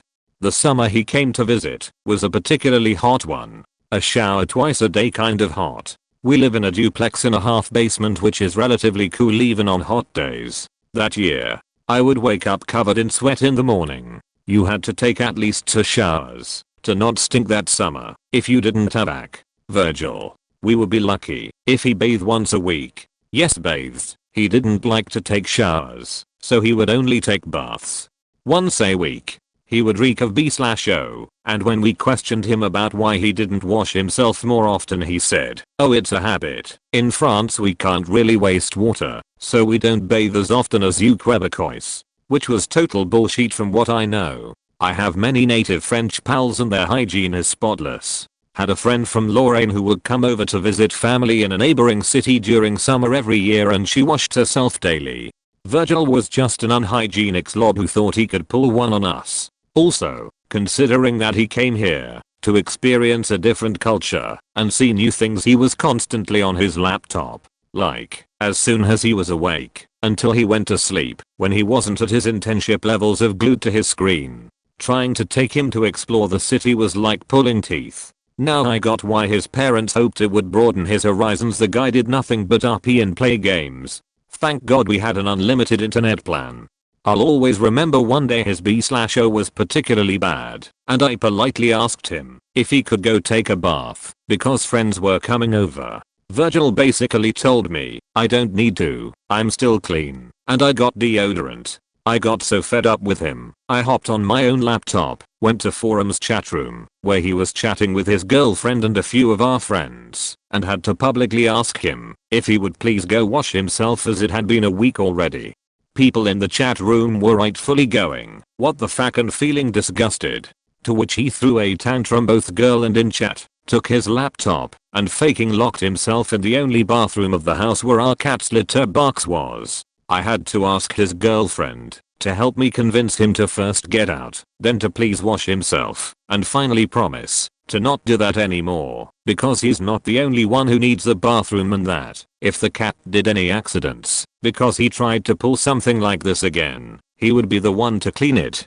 I still had to apologize to buy some peace in the house. But let me see, we were glad to see him leave back to France. He never spoke to me again after his visit and pretty much disappeared online. I still talk to his girlfriend and they are getting married from the last news of him she gave me. I have no idea how she put up with him. Edits. Fixed a few typo. Novella time. Was chatting with a woman online for about a year. She was hot, tatted up, dark skin. We eventually started texting, then calling one another. We'd talk for hours on the phone. One night she calls me, absolutely bawling, telling me about how bad the last few days have been, and she wanted to come see me to get away for a while. I said no, but she kept crying and literally begged me. I caved. My mistake. She shows up at my work. We'd discussed where I worked before, 2 days early. Brings in flowers and hands them out to my co-workers. Was much larger and older than she was in any of the pictures we traded. Still, we go out that night. I paid for everything. Then we go home. I show her my spare room, with a bed, its own bathroom ECT. She sleeps with me. Just as I'm falling asleep, she gets frisky. Yep, it happened. The next day I have to leave for work. She's out cold, even after I tried to wake her up. So I let her sleep, left her a note and headed off to my job. Just as I get off work she calls me freaking out, because she was going to come surprise me but got lost. There's literally one road into my little town. So I find her on my way home. We go back to my place. I jump in the shower. When I get done, she's already poured me a drink. Cool. So we drink, bees, and every time I finish my drink, she pours us both another. At this point, I'm far more drunk and tired than I should have been, but I just chalked it up to how busy work was. She jumps on me again. Yep, it happened again. The next day I wake up at about 2 PM, very late. It's my first day off. We have all sorts of plans for the next couple of days, while I have actual free time. This was the day she was supposed to arrive. She's gone, her car is gone, and so is most of my stuff. Tools, stereo equipment, speakers, amplifiers, food, plants, all the way down to stealing my toilet paper. I called her out on it, and she tried to accuse me of stealing her stuff. I called the police, they did nothing. I went to the doctor, blood and urine analysis, 6 different drugs in my system besides the alcohol. When the doctor called me, she said that they were in such massive doses that she was amazed that it didn't kill me.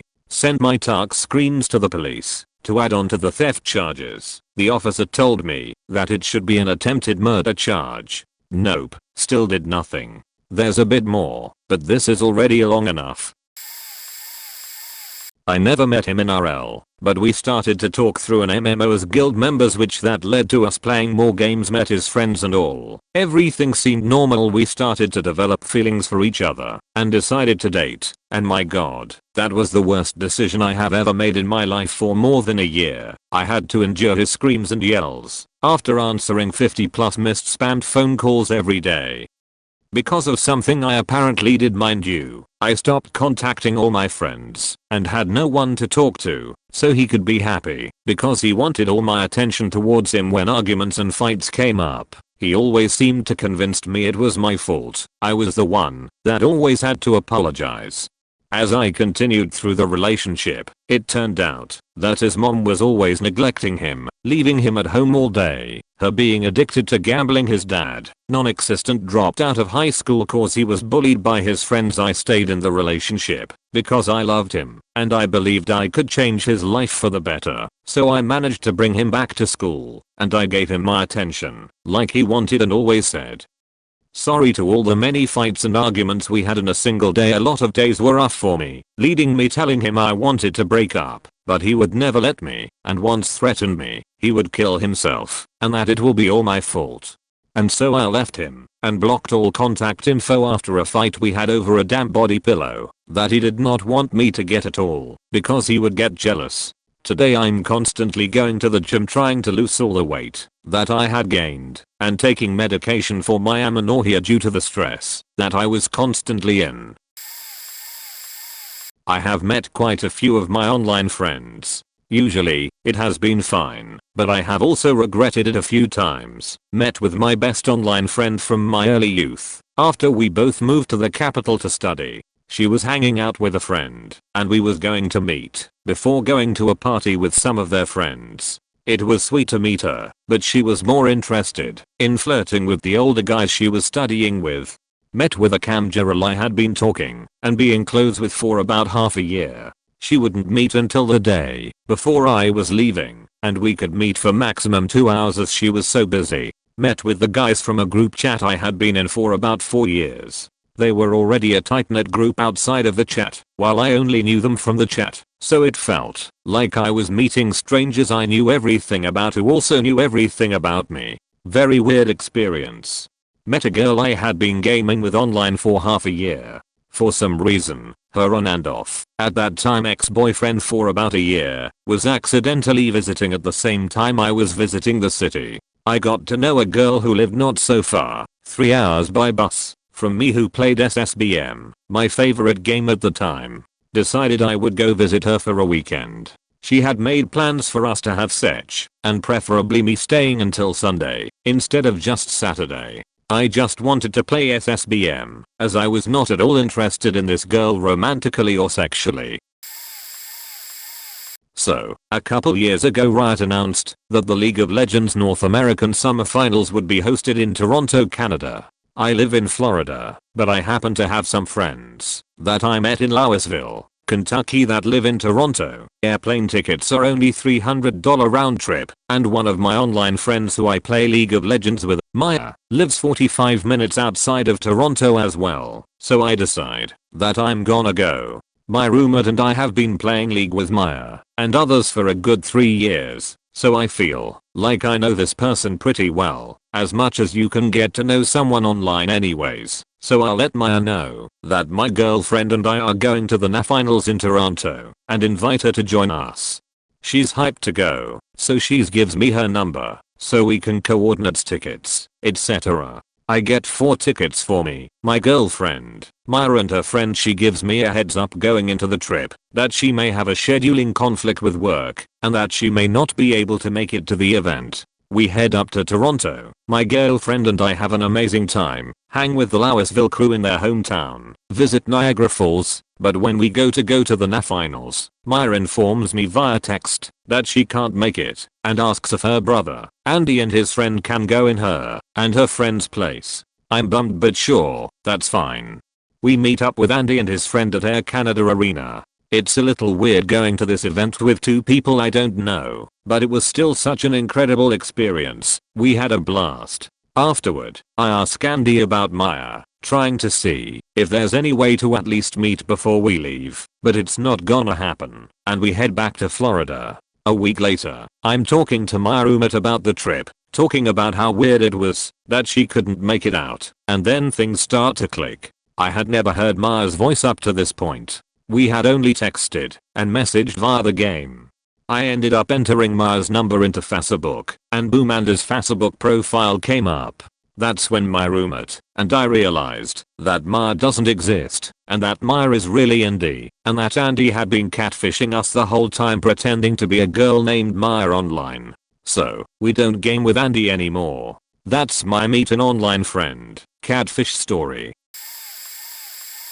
Here's one I've got an answer to. So I'm currently 20, just moved out into a rental space. I feel like when most people move out they've got some standards for acting like an adult, showering regularly, washing dishes, taking out trash, etc. Enter someone I met on Sparks about 8 months ago. I'm 19, HRS 18. I was then living in a place for free and alone in California, in an area that's very pricey to rent. For future reference, I rent one room in a home for $1,000 a month, with 4 other renters in the home. My friend tells me he's looking to move out one day, and I jokingly suggest he move in with me from Arizona. We laugh about how cool it'd be, and go on with our days. Fast forward maybe 6 weeks and I get a message from him. Hey, I just put in my 2 weeks, which airport is closest to you, so I know where to fly when I move in. What? This hadn't been brought up at all since months previous, and he just basically quit his job. So I call my mother, who owns the home I was in, and tell her, yada yada. A few weeks later he's arrived and moved in. Sort of your stereotype nerdy kid who goes out to work and plays video games, and that's it. Neck beard, non-ironically wears a fedora, etc.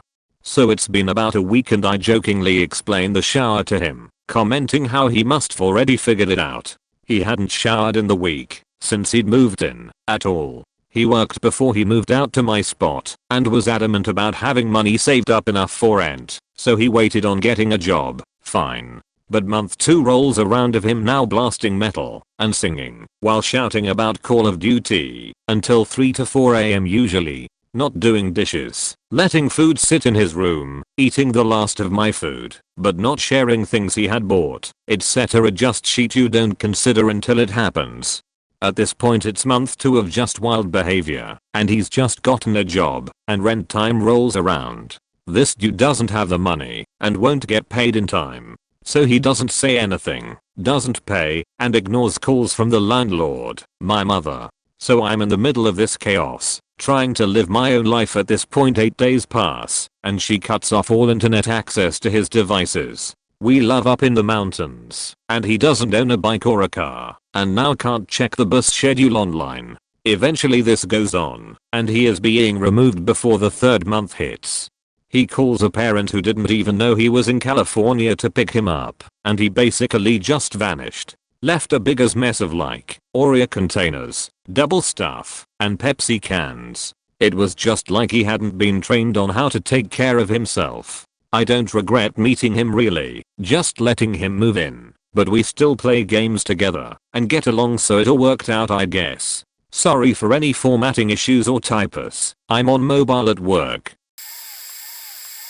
Met a group of 4 girls online through a friend I knew in real life. The group was initially set up to be supportive and encouraging while sharing funny memes and talking about life, travel, etc. We'd meet occasionally for a meal and drinks. They'd all get sheet-faced, but I always had to drive home because of my dogs to care for. They'd get sheet-faced. Every now and then one of the girls would say she was depressed or anxious or needed help. I'd offer support, offer to help with whatever task. Usually, one would pipe up and just say tell me I'm pretty, or I feel fat, and everyone would tell her what she wanted to hear. They'd bitch about their husbands, most of which were abusive.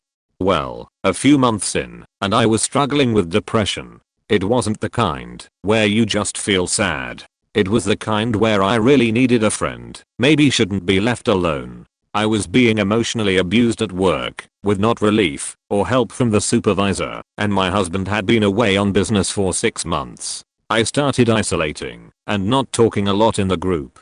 Eventually, I told the group I was struggling and needed help. They ignored me to tell the other girl she was pretty or skinny, or whatever. I called them out on it, and they said I was being mean. I left the group and haven't talked to them in a year, until last night. 3 of them were at an event I went to. One I talked to a few times, the second one I talked to only once, then she avoided me, and the third one avoided me entirely. It was weird. I didn't and don't have time to deal with people that won't help/support me despite me opening my home to you after a domestic issue with your spouse, for watching your dogs for free when your dog sitter quits, or driving you to appointments, baking you cupcakes for an event, helping with your sick/dying pets. I never asked for anything but the one time, and I was attacked for it. I used to spend a lot of time when I was younger talking to people on this old website that shut down called Stickum. Made some cool friends, but one girl I met I got especially close with. Fast forward a year or two later, and we are basically dating long distance. Skype every day, fall asleep together on it at night, etc. Then I went to a trade school, Job Corps, for 9 months, and had a lot less time to talk. They were kinda strict too, so it was hard to talk a lot. There started being some red flags. We started fighting. She was upset things weren't the way they used to be. I think we even stopped talking for a few months. Anyway, right before I graduated my grandfather passed, so after I did graduate I planned on flying up to New York to take care of my grandmother and their property. They had a lot, and it was way too much for her, especially in the fall. But the girl and I had started talking again, and I decided to fly out to Oregon for a week before New York to finally meet her and hope things would be good again. Things were actually really good for the most part, but then it came time to say goodbye and fly to New York. It wasn't but a couple hours after I landed, while I was trying to catch up with my aunt I hadn't seen in years, that I started getting the crazy texts about how I'm ignoring her, and not talking to her, and not responding, and I'm hurting her and all this stuff. Meanwhile I'm just like, what the fuck, we just spent a week together, and I just left you. I'm busy now catching up with family. Things didn't last a lot longer. Anyway, she moved to Florida and got pregnant by some weird looking guy much older than her, and I later saw her in a short film about a young girl who gets hypnotized and sucks the psychiatrist's cork. If anyone else has seen that one, guess that explains how she got pregnant. Anyway, I'm reading some weird stuff on here from other people, so mine's kinda mild, but that's my experience with meeting someone from online.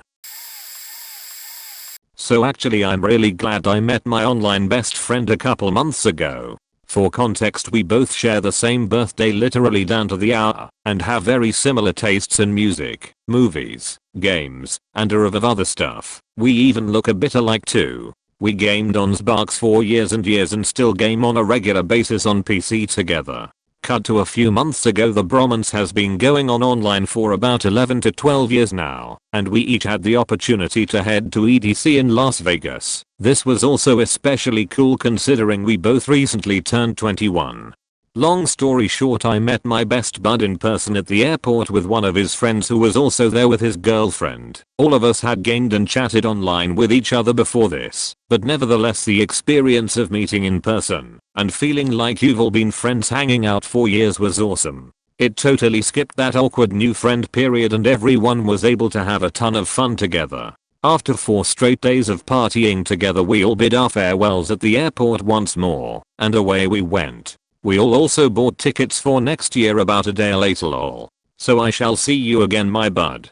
In short, my story is cool, but I'd never had gone and literally flown halfway across the country if I didn't know these people for years, and 2, tech like Skype video calls didn't exist, so that I at least knew well in advance that who I was talking to all those years really was who they said they were. The internet is cool and really can help make lasting friendships, but as always be careful.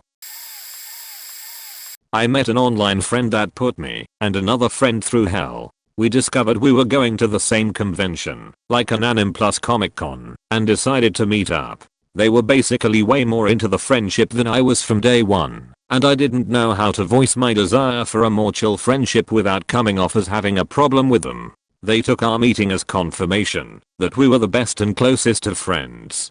They felt close enough to me to divulge everything about and involve me in their debilitating mental illness, taking me along for some less than fun times involving manipulation, lies, vaguing me online, breaking any boundaries I tried to set forth, and making sure I never forgot about their fear of abandonment. Couldn't leave because then I would be proving them right? But I should pulled that band-aid off in the very beginning. Better to hurt them a little soon than a lot later.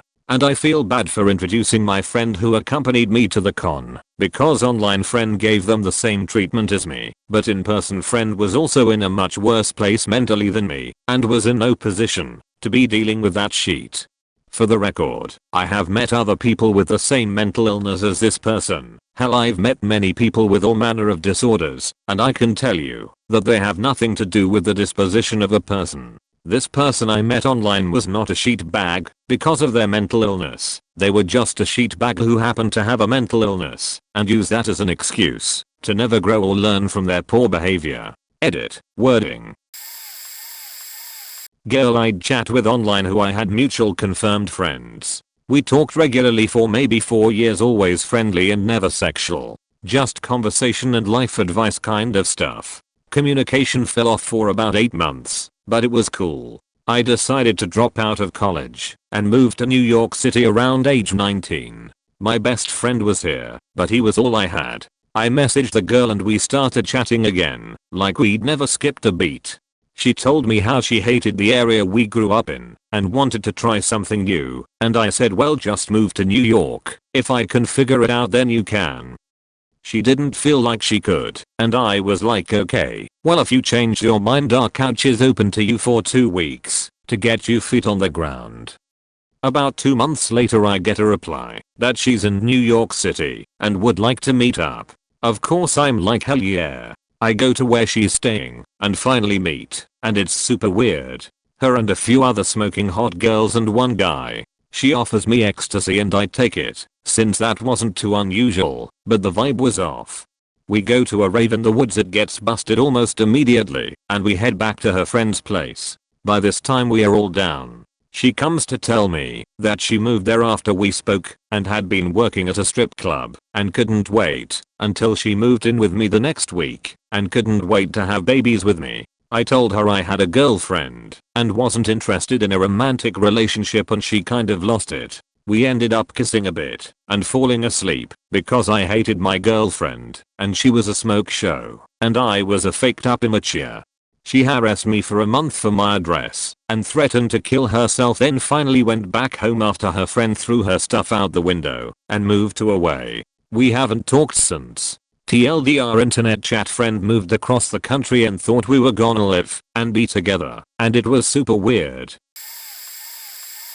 I was much more closely into the Rooster Teeth / Achievement Hunter fandoms when I was 14, now turning 21. My parents don't know about this event, and I'm glad they don't, because 14-year-old me was DUMB. Made a few friends who I still talk to now. One boy I met seemed very nice, and we got on fine. He made these little paper puppets on lollipop sticks that he really enjoyed, and he'd always tell me about them. They got featured in one of our videos, and he was ecstatic. This was my first yellow warning. He started saying he was famous because of this now, and that one of the ladies of RT would reply to his tweets somewhat regularly.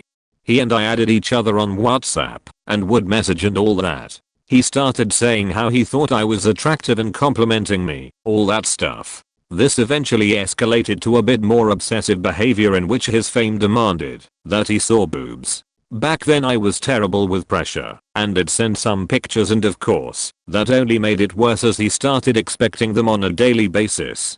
I then found some other girls that were mutual friends and in the fandom, and he'd also been asking all of them. We made a group WhatsApp and all blocked him and made sure we knew what on earth he was. He was either 11 or 12, mind you, at the time. I then saw several tweets to one of the RT ladies He saw her as his mum, almost, and that was another yellow warning I ignored, asking for sympathy and why everyone hated him. She didn't really know who this kid was, and in some words or another said to go away and not everyone's gonna like you. She was busy living her life and maybe he should stop tweeting her all the time. This was satisfying enough to see him struggling for the response he wanted for validation of his amazingness and fame, and was getting nothing. Never heard from him again, or the other girls, but I'm hoping they're all doing well now too. Met her and she seemed pretty nice, if rather eccentric. I'm something of a card myself, so I just brushed it off at the time. She found out I was pretty good at giving out advice, and started getting more and more dependent on me to help her suss out her relationships and so on. At first, she started displaying envy of this skill. She'd be petty when I offered an opinion, only to beg for my take again later and apologize. Rinse and repeat. Like other people who done similarly, she tried to minimize the role my own friends played in my life, to make herself seem important by comparison. This then turned into a full-blown obsession. She had a habit of projecting whatever she was feeling onto everyone else. So she'd accuse other girls of jealousy, warn me that women would try to take advantage of me sexually, and, at the end, accuse me of lying to her, talking about her behind her back, and sabotaging her other relationships, etc. Needless to say, I found out she was doing all this herself. I felt sorry for her, and I'm apparently patient to a fault, so I turned the other cheek, and went on under the impression it would pass, and my presence was helping her. It came to a head when she decided to drop the act and just ask me to take the opportunity to explore our mutual love together. She even said I should take this chance to have some fun before I went bald like my dad, who had passed away only a few months prior and presumably became unattractive. I backed the hell out then, trying to give her enough room to bug off with grace. She didn't appreciate it. Accused me of being a parasite that poked at her mental health for my own entertainment, and then, reportedly, told people I'm close to that I was the one who came on to her. There's a variation of this story where I took advantage of a friend of hers too. Said friend is actually similarly tired of her shit and since blocked her. I did the same. Good riddance.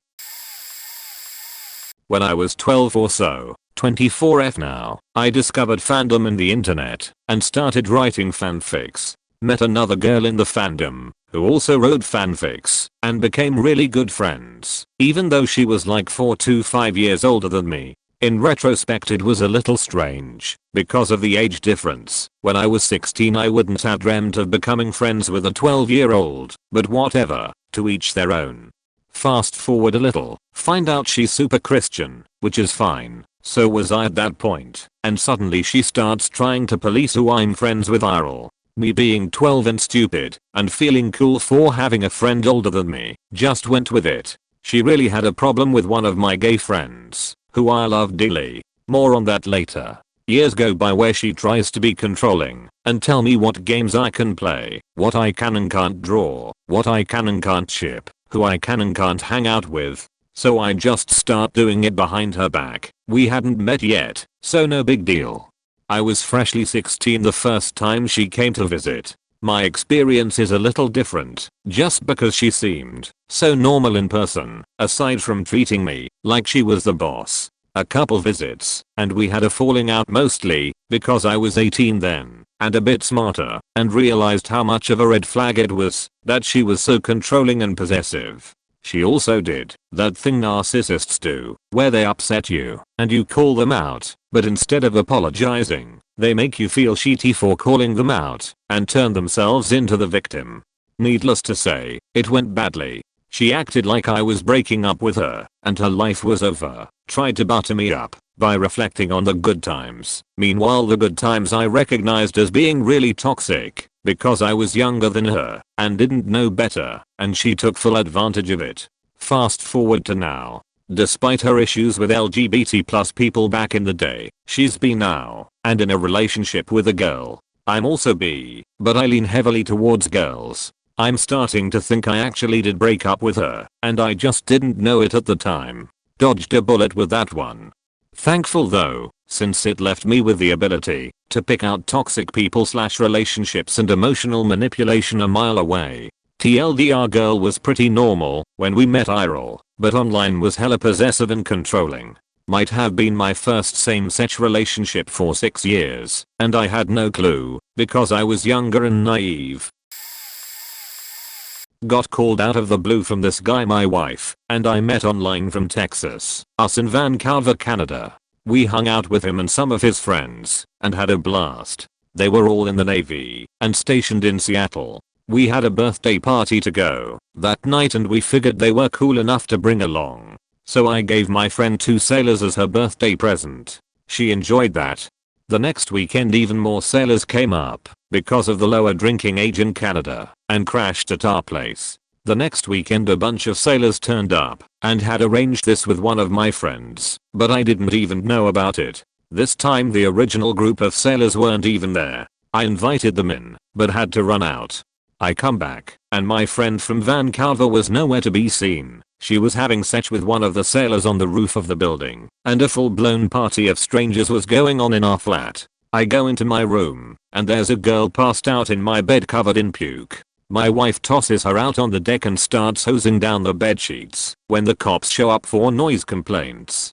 We tone things down and realize these guys are so young and drunk it wouldn't even be ethical kicking them out. They had nowhere to go. We took them, hungover, to Whistler the next day, and sent them back home. Then I told my buddy, no more random sailors please. He ended up marrying my friend, so I guess it worked out well for him. They weren't the roof shaggers by the way. I was an assistant camp counselor at a Girl Scout day camp. I didn't know I was B yet, but I had a crush on Katie, another counselor who was probably the best and most enthusiastic counselor. The next year Katie wasn't a counselor anymore, which sucked because I missed her. 2 years later, age 17, I was cleaning out my room, and I found a card Katie had given me at the end of camp. It had her email address. When she gave me the card, my email was restricted, so I had to ask my dad to allow new email addresses to send me email, but I didn't have that limitation anymore, so I decided to email her. At this point I knew I was B, and that I had had a crush on her. We emailed back and forth for a while, catching up on life and such, and sharing some personal secrets. I confessed that I had had a crush on her. She thought that was really cute. We decided to meet up in person at the mall to hang out and catch up in person. Well, it went badly. She brought a random friend who wandered off to do her own thing, but not before they had a conversation about the heavy duty psych meds they both were on. Katie started telling me all about how she had been repeatedly raped by various men. How she was constantly in and out of psych wards and self-harming all the time. Extremely personal stuff. Her personality was very dark and totally different from cheerful Camp Katie. I really didn't know what to do with her and kind of just wanted to get away from her. Finally my shift started at a store in the mall, so I went to go to work. Katie came in about an hour later and awkwardly lingered, trying to talk to me more. It was a little girl's store, so she had no reason to be there. To make matters worse, one of my male friends came in too, since he had spotted me in the store, and Katie just kind of lurked behind him and glowered. She eventually left to go home.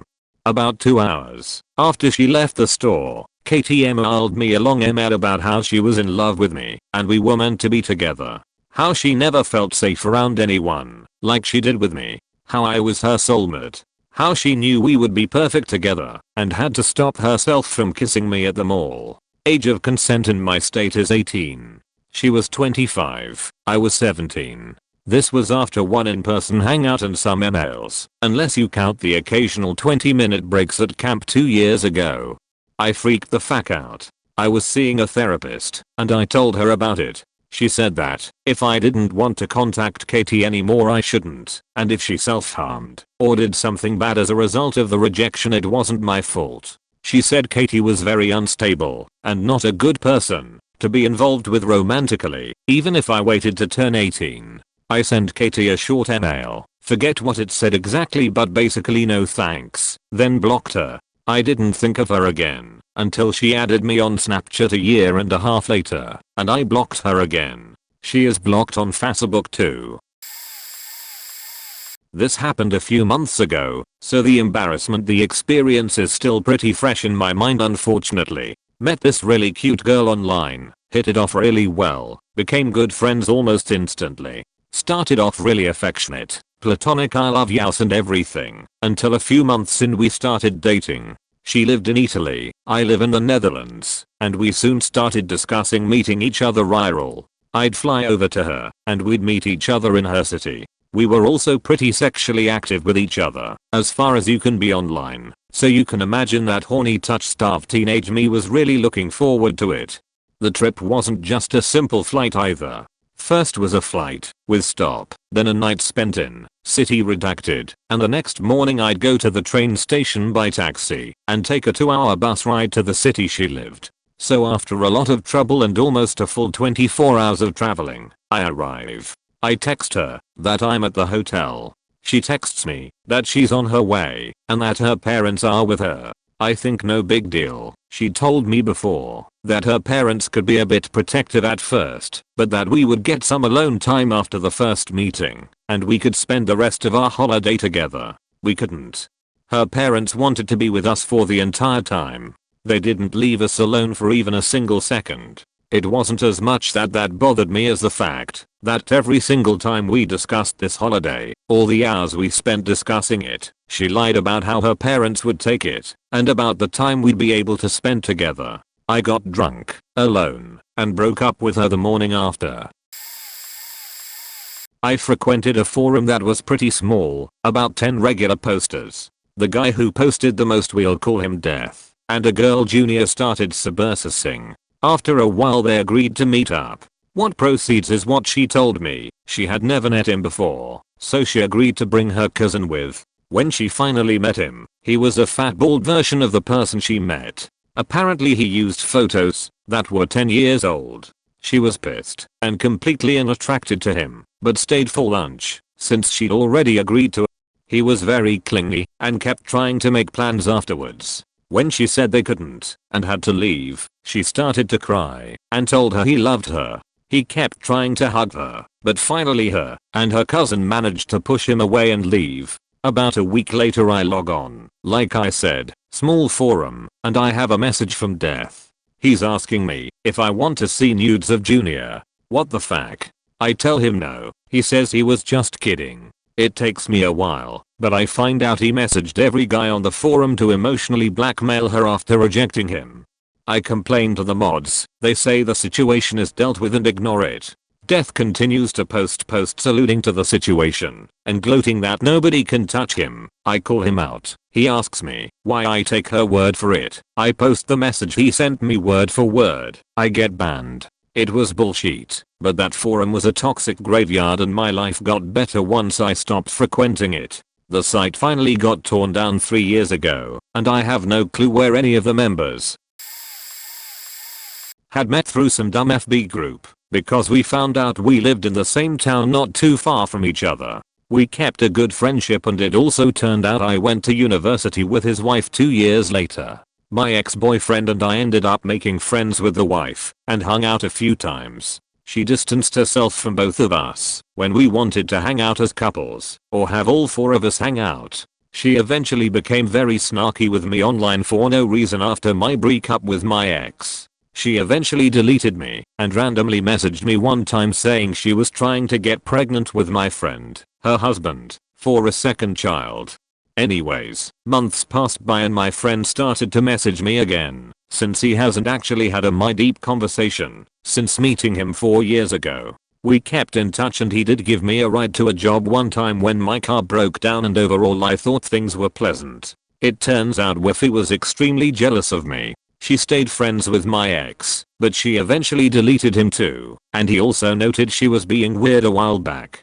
When invited him for hangs at social events he would turn it down because she was controlling his social life. He eventually began drinking heavily and alcoholism became an issue. A few months pass again and he asked me to hang out at his house because he wanted someone to hang out with that wasn't his wife or young child, and most of his friends were alienated due to wife's irrational jealousy and said she pushed everyone away, especially friends who had wives or girlfriends. I thought it was odd.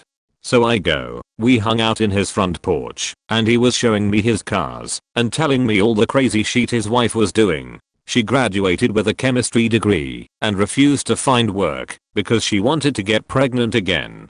Since he is military, she used his education benefits, did not contribute to the household financially, and was draining him. He had a lot of injuries from service and can't retire. So after all this crap was let out, he started going off about how cool I'm and all this crap, and that he admires me and has always liked me because of my more easygoing personality, etc. And then tried to grab and kiss me. He was well aware I had just started a new long distance relationship. I pushed him off and told him I wasn't down with that and that I couldn't do that. So I left. Blocked him on all my social accounts and blocked his number after he kept texting me and then drunk texting me wanting to go down on me and all sorts of crazy shit. I get the dude was trying to escape his miserable marriage, but that really stepped over the line. Be careful out there. Added a girl on Facebook because we started talking in one of those neighborhood FB groups and we had a ton of mutual friends. She posted a ton of selfies and was pretty. She talks me into meeting her at the park at the apartments we lived at for a playdate with our kids and to meet because we seemed to hit it off in the neighborhood group and we lived at the same apartments. Come to find out, her kids went to church with my kids. After meeting her, I immediately start thinking there isn't something right about her. She moved in a jerky kind of way and was just all over the place. She kept mumbling and then would talk really fast. We didn't hit it off. She couldn't even hold a conversation. The whole situation was very awkward. Her kids and my own didn't really hit it off either. All they really had in common was the church. So we went our separate ways and I thought that was that. I was relieved when the meeting ended. That night, she messaged me. Apparently she got robbed by a meth head and was wanting me to come pick her up to go get her $sign back. I'm like, ugh no. Call the police. Next morning, she says she was beat up by her boyfriend and needed me to come get her so we could plot revenge. I'm like, ugh no, girl. Call the cops. I don't want no part in it. Already had a really bad feeling about this girl. Then, she needed help getting a car back that her boyfriend stole. Again, ugh no. You need to call the police. That night, I'm surfing Facebook and come across this photo of her with her face bashed in bad. Black and blue, swollen, and fresh cuts and stuff. I comment and ask what happened and if she is okay and asked if she called the police. Told her I would call them if she had not done so. The photo pissed me off seeing her like that. She never answered me back. I worry that she is dead or something. I start asking around. Nobody has heard from her, so I'm freaking out now. I call the PD. They send an officer out. I tell them how I met her, show them the post of her face all bashed in, and show them the previous messages from her. The cops had to straighten me out. This girl claims some drug dealer robbed her. The cops say she has been on a 14-day meth binge and did all her dope and accused a drug dealer of robbing her. So she pulled up on him with a gun and robbed him in broad daylight. Someone called the cops who witnessed it. Cops catch up to her. She fights and freaks out completely. The police say she got the marks by fighting the police and resisting arrest. She apparently attacked the police officers on the scene, got away, stole a faking car, and led a full-on car chase until she wrecks. Then they pursue her on foot. In this time, she posted the photos of her face to FB with the caption saying somebody help. My boyfriend did this to me and posted her address of where her boyfriend was at. Police corner her. She fought more. The police officer said she was all methed up and super strong and that it took 4 men to take her down. Warn me to call them if she ever comes back and that she is dangerous and to be on guard. Start asking around and everybody that knows her says they stay away from her because she is always robbing someone, getting beat by the police, doing drugs, plotting murder and going to jail for breaking and entering, aggravated assault, etc. She gets out of jail, immediately texts me that she needs a ride. I ignored it. So she shows up at my house in the middle of the night all methed up and accuses me of setting her up. One of my neighbors called the cops because she was on my porch yelling and screaming that she was going to kill me and my kids for setting her up, saying she was going to burn my house down. I lived in apartments at the time. Cops show up, cart her off, tell me they taking her to jail, and if she shows up again, to call the PD. It happens over and over again. all the way up until the day we moved out. I ended up changing my phone, blocked her on Facebook, and moved across town and never looked back. Since all of this, I've been told that she has been arrested for conspiring to murder an old man for his pension check and has lost her kids due to drug use and neglect. I see her every now and then in public and I avoid her like the plague. She's still jerking around in that jerky-ass way, but looking like a curly-headed golem these days though. I flew from East Coast to West Coast US to visit an online friend, and it actually went great. He was exactly like he was online. I met all his friends who were amazing and so nice to me. It became a regular thing that I'd fly out there for a week every year. This continued for 6 years until I managed to finally move out there. My original friend didn't live in the area anymore, but I moved in with 2 other friends I'd gotten close with over the years. They always made me feel appreciated, like I belonged, even though I was so far away.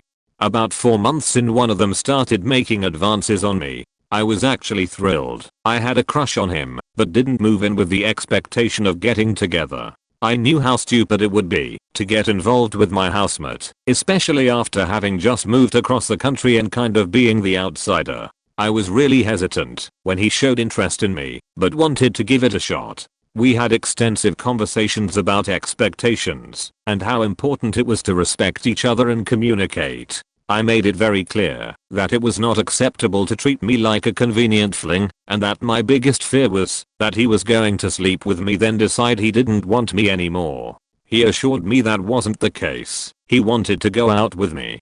You can probably see where this is going. After about a month of getting close and having these conversations, I agreed to sleep with him. And immediately after, he changed his mind about wanting to go out with me. I tried to be understanding. He's allowed to change his mind. But he knew that this was exactly what I was afraid he'd do, and he didn't seem to care how much it hurt me that he betrayed my trust like that. I felt pretty used. Our other friend didn't help and would get unreasonably petty about minor disagreements like taking care of dishes, while I was trying to deal with much bigger issues. After months of trying to get the guy who used me to have any respect for my feelings, the other guy, who was the homeowner, threatened me with eviction for stressing everyone out. There was no consideration for how much stress they were putting on me, alone on the other side of the country. I left shortly after that. I wasn't about to let them start abusively hanging my home and safety over my head. After I left, I finally started sharing with other mutual friends what he'd done and how I'd been treated by them. I thought I was their friend too, and it would matter to them, but instead everybody turned their back on me. I was accused of making people choose sides, twisting the narrative, guilt tripping, making my problems more important than everyone else's. Every hurtful justification for dismissing me and ignoring the situation that they could think of, while giving the guys endless benefit of the doubt. Even my original friend. Everyone shut me out for speaking up about how I was taken advantage of, but not one person shut him out for doing it. Somehow expecting people to care about it was the greater offense. I wasn't the only girl he's done it to, but she wasn't friends with everyone else like I was. I reached out to her because I suspected something similar had happened and tried to convince her to speak up about it, but she was still stuck in the mindset that it was somehow her fault and ended up projecting that onto me as well. I know it's not as severe as, say, the story of the guy who got stabbed, but I almost wish something like that had happened. Then maybe someone would have believed me and taken it seriously. Instead he gets away with treating women like toys, and I got to watch everyone vilify me while defending him because he's always been a good friend to them. I moved across the country because I thought they valued and respected me. I admired them all so much. I took the risk because I thought he really cared about me. I couldn't have done anything differently. It's been 3 years and I still struggle with it.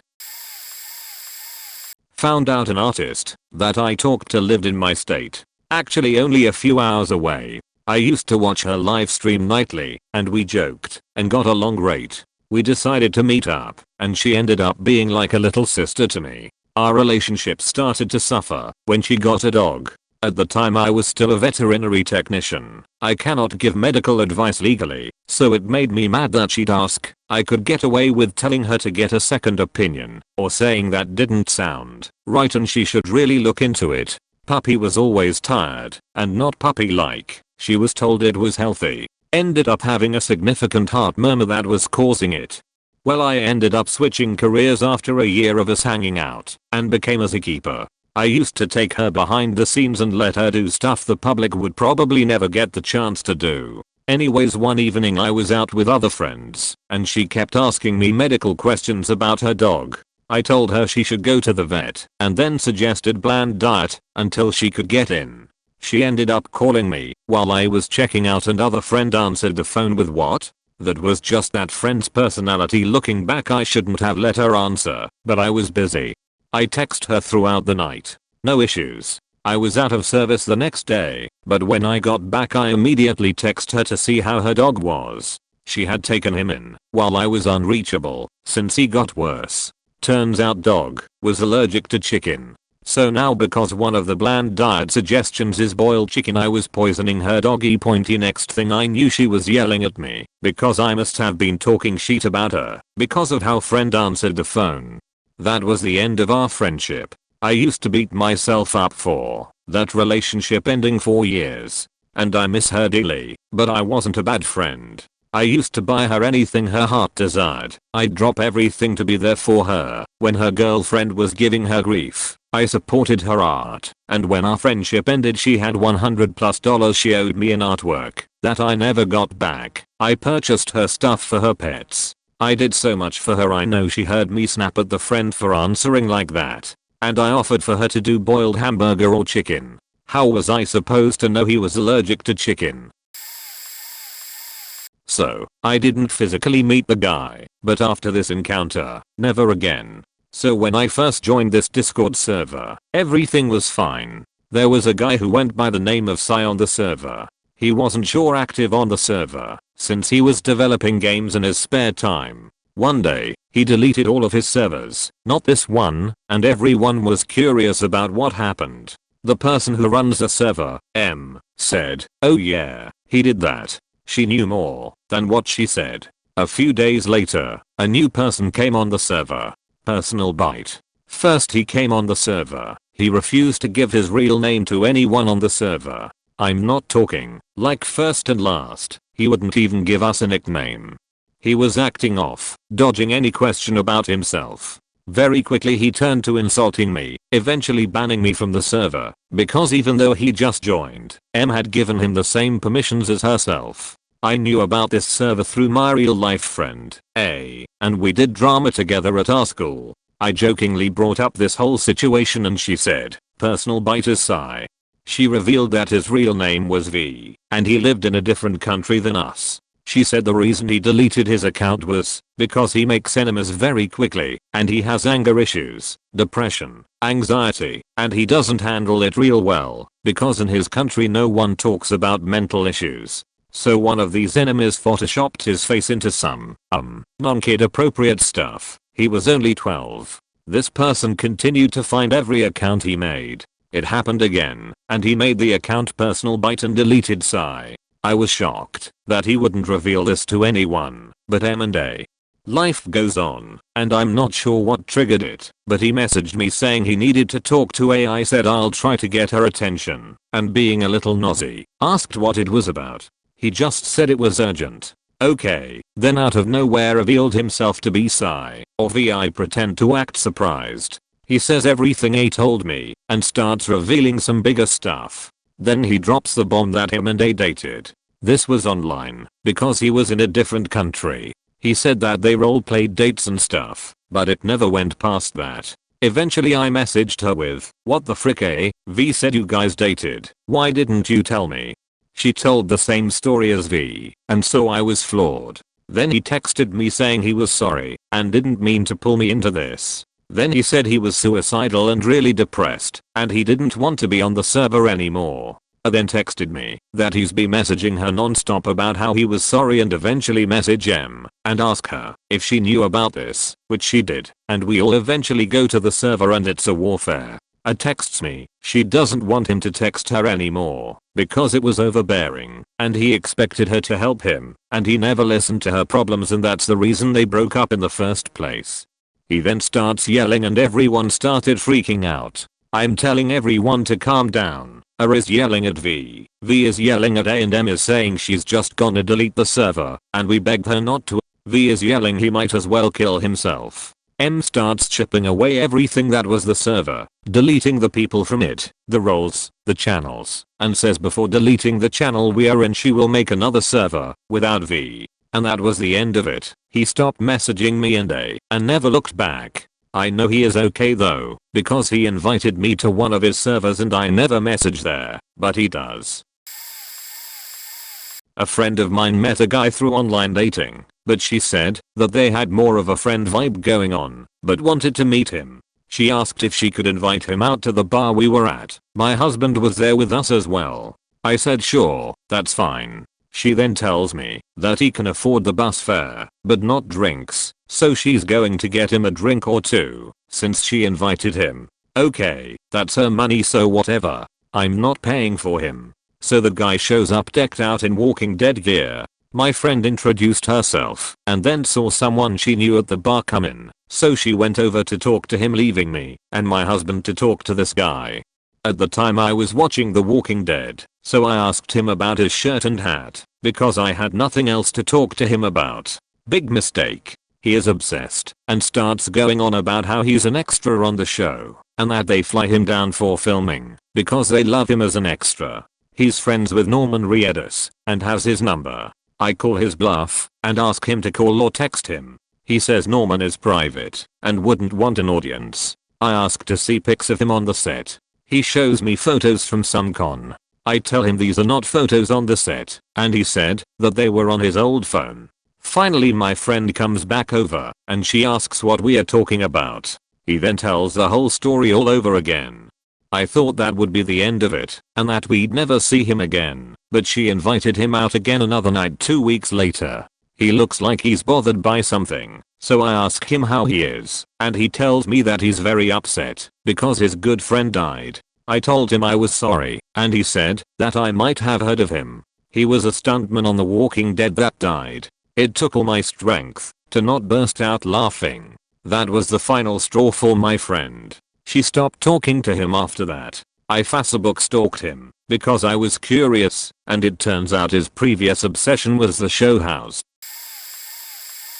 I'm late to the thread, and I haven't read most of the posts here, but I just wanted to use this as an opportunity to say that my meeting an online acquaintance has turned out very well for me. We are both guys, but we are not gay lovers or anything like that, so there is no sexual basis here. He contacted me first through an email, and it turned out we had several unusual interests in common. We kept in contact by telephone, and after a couple of years of knowing him, I took a flight to go visit with him, as by then our trust in one another was well established. We had a great time, and enjoyed each other's company, so I visited him once a year for the next few years.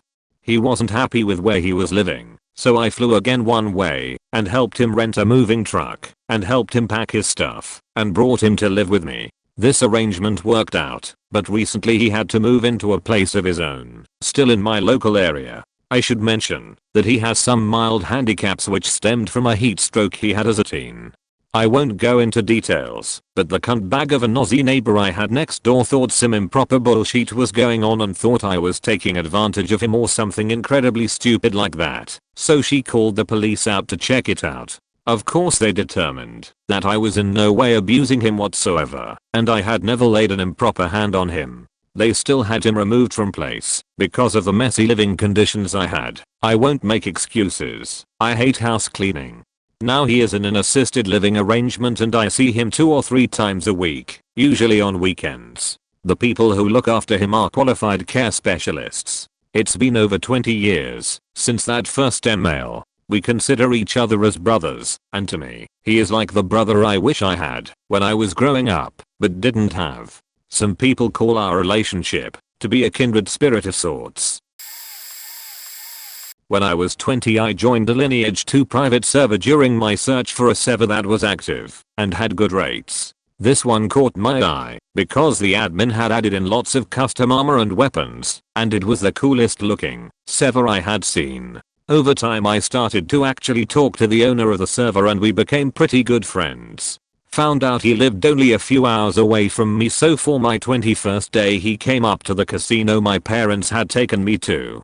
We hit it off instantly as friends. I was engaged and he had a girlfriend. My best friend invited us up to the local gay club cause they just happened to be having a foam party that night as well. It was the most fun I had ever had. It was a giant hodgepodge and no one judged. My friend the GM did get a little handsy, but backed off when I told him no, and just so in all I had a great night with 5 friends. By the time we left, brand new 21ers was 3 sheets to the wind and I don't even know how I got home. Found out my GM friend drove us both home. Drunk. Found out the next morning what happened because my dad, state trooper and former EMT, was faking livid. Thankfully not at me, since it was my friends who told him what happened and had made it clear I had laid down the law at the start of the night about drinking and driving. I didn't see him again in person, but naturally I saw him on the server. One day he got on and met me just cussing out women, calling us all hoes and skanks. When I asked him what happened, his girlfriend had dumped him. He went on the tirade about all women, me included, were trash and we belonged in the kitchen and obeying men. He went from good friend to nice guy to incel in about 3.2 seconds flat. I didn't talk to him again after that, and he abandoned the server about 2 weeks later. When he took me to a gay bar and a Rabantug joint. Haha, used to be in a medium-sized gaming clan for 6 to 7 years before it collapsed. Around 3 to 4 years into my time with that group, I was on holiday to New York City and hit up a few of the guys in the clan who lived in the area. Met up with one of them, who is the resident stoner of our group, around Union Square, and started bar hopping. We got some food, then started pounding drinks. Both were single 20-something dudes. After we start to get buzzed, he tells me about this really cool bar somewhere around here that he went to with some friends from work, and we start walking. He's constantly checking Yelp on his phone and we walk back and forth for blocks trying to find this specific bar. Eventually, we are both high because we were passing a joint back and forth on our hike and buzzed, so we give up, and he says, why don't we just go in here? I think this might be it. We walk in this bar and the first thing I notice is all the staff are shirtless, ripped dudes, and I don't see a single woman in sight. Instantly dawns on me that this is a gay bar, and I'm thinking that we are probably going to just bounce, but the online friend guy just charges forward through the crowd of guys towards some pool tables at back of the bar. Now, I'm from the Midwest and I don't have any issues with the LGBT community, but this was the first time I've ever been in a gay bar before, and it caught me off guard. Online friend dude seemed like it was incredibly normal to him, so I just assumed it was an East Coast thing, went along with it, and followed him to the back of the bar. We get to the pool table and decide to play some pool. He then looks around to try to find a waitress when I see it dawn on him that we are in a gay bar. A look of confusion washes over his face, then shock, then anger as he looks at me, who gives him a confused look back like, yeah, I don't know dude. We decide to leave, and as soon as we get back out to the street he starts yelling at me for not telling him sooner that I must be gay for willingly following him in there, and made comments about how I'm a homo for the rest of the night. I'm like, whatever, so we go to another bar, but on the way he stops and tries to get me to go into an Asian massage parlor with him for a quick rub and tug. I'm like, hell no, this isn't my jam, dude. We end up going to 2 more bars, then things are very awkward at this point. We started coming down off the weed and the conversation/night starts to come to a grinding halt, and frankly the rub and tug thing kind of creeped me out. End up calling it a night and leaving. I get back home a few days later, and when I hop on the PS4 again, I find out that he apparently told everyone that I was the one who took him to the gay bar, tried hitting on him, then took him to the massage parlor to try to prove I wasn't gay after. Then he left at that point. I told everyone my version of the story and we both got a good ribbing from the group for the next few months. Haha, overall, I don't think I would ever meet up with anyone else I play games with online again. When it comes down to it, 99% of the time, they really aren't people I would hang out with outside of the games. I didn't end up meeting her because of circumstances that will be explained in a moment, but I'm glad I didn't end up meeting her. I had plans to go to South Korea for a concert, and I had plans to buy tickets through a website set up by the group's entertainment company to allow international fans an easier option to buy concert tickets, which also included hotel, transportation, etc. For pop fans, it was the SM Global package for an EXO concert. I wanted to buy a twin package, which is a package that comes with hotel and tickets for 2 people, because they were cheaper than buying the single tickets, and since none of my IRL friends could afford to go, online friend, who was a foreigner living in Korea, offered to get the tickets with me, and in exchange, she would take me around Korea, which she offered herself important for later, since it was my first time going there. Also because she lives in Korea, she was unable to buy the tickets herself, since the tickets are only technically available to those living outside of Korea, so I had to be the person buying them. Fast forward to the day of buying tickets. Ticket sales for these concerts can be pretty rough, so I kinda gave her a heads up that if for whatever reason I couldn't get tickets for her, I would just buy tickets for myself, as she lives in Korea, so she could just try to buy tickets through the normal Korean sales of the tickets. She was okay with this. Buying tickets was an absolute nightmare, and me and a few other friends were frantically trying to get tickets for me and online friend, and the site kept crashing and whatnot, but the only ticket my other friend, who was able to get on the website, were single tickets, not twin. I was really desperate for tickets, so I had her buy those, because everything else was sold out. I told online friend that the tickets were sold out, so I was only able to get the tickets for myself, and she was like, oh okay, that's fine.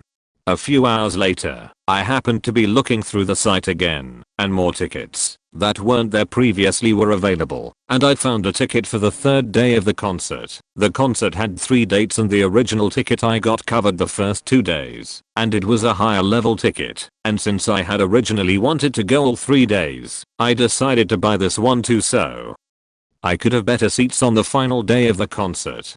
Flash forward a few days later, I find out that online friend has blocked me, and I was really confused, so I check her Twitter through another account, and she's complaining about me and how I lied to her and told her the tickets were sold out, so that I could go and buy better tickets for myself, and said that I asked her to show me around Korea. Note before I said she had offered this herself, and then I go and dump her when it comes to tickets, and I'm like, none of this is true at all. My other friend who actually bought the tickets tried to DM her to explain the situation, how, when we were buying tickets, everything said sold out, and we didn't expect for more tickets to be available later on. Online friend ignored her DMs and everything kinda ended like that. Also, another important point to add was that she didn't pay me for the tickets ahead of time. She didn't get paid till a few days after ticket sales, so she expected me to pay for her $1,000 ticket with my own money, and then she would pay me back later. I'm a broke college student, so I didn't really have an extra $1,000 laying around, so I was going to use my credit card so she could pay me back later. Flash forward a few months later, another friend has similar issues with the same online friend, and honestly I'm really glad I didn't meet her, because it turns out she was just a really petty person, and I dodged a bullet by not having to share a hotel with her and sit with her at the concerts. Side note, I had an absolutely wonderful time at the concerts, and had an amazing time exploring around Korea by myself. So I played LOL a lot a while back, and met this Katerina god. He was friendly as hell, and to this day I know he'd never hurt a fly, but damn, he is just plain creepy. Anyway, we added each other on Facebook, and it turns out he lives a town over from me among other stuff. We never actually planned to meet. I have a flight to see my dad, M16F, and has 16 meters. My flight makes me stop off in his town for half an hour. He knew of this, and offered to meet, but I knew he lived ages from his airport and doesn't have personal transport, so it would take him like 5 hours to see me for 30 minutes. I declined politely. Little did I know that this wouldn't stop him. He did not know my flight timetable. I rock up at the airport, I check my ticket, and start searching for my gate. As I'm walking I hear my name. I ignore it, because no way anyone I knew was there. Nope. My online LOL friend awkwardly walks in front of me, clearly out of breath and sweating like an animal. He calls my name and I finally recognize him. Kinda freaked out at this point. Has way more overweight than his PFP and smells like crap. Nothing much plays out, except me going to the toilet and sitting at my gate with him quietly next to me. I try talking, and he answers with short sentences or yes and no. Oh, and turns out he got up at 4 AM and started walking to the airport to see me. Before departing, he asks for some money for the bus home. Come on. My god tier Katerina isn't so god tier after all. Gonna throw this one in. I talked to him for a long time after that, making sure he's okay, because he has depression and such. But the last time we talked was when he decided to send a love confession in the weirdest way possible with a nice 7-minute video of him shoving a straw down his business. Yum. Block, remove, delete.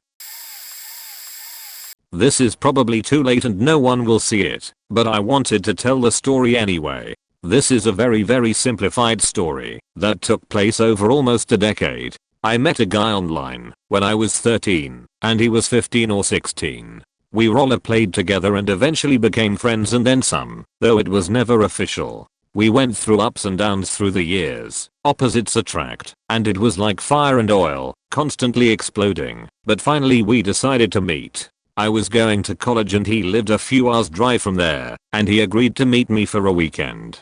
Here's the thing. Even though sexual stuff happened over text, he knew I was never going to do any of it in person. Yes, it was a bit hypocritical, but I was not in a great place during our relationship. So we met, and it was great, and no such happened. The next day he messaged me saying he didn't want to be friends anymore. I knew it was because I didn't sleep with him, despite whatever stupid excuse he gave. It broke my heart, because he was truly one of my closest friends and it hurt me terribly.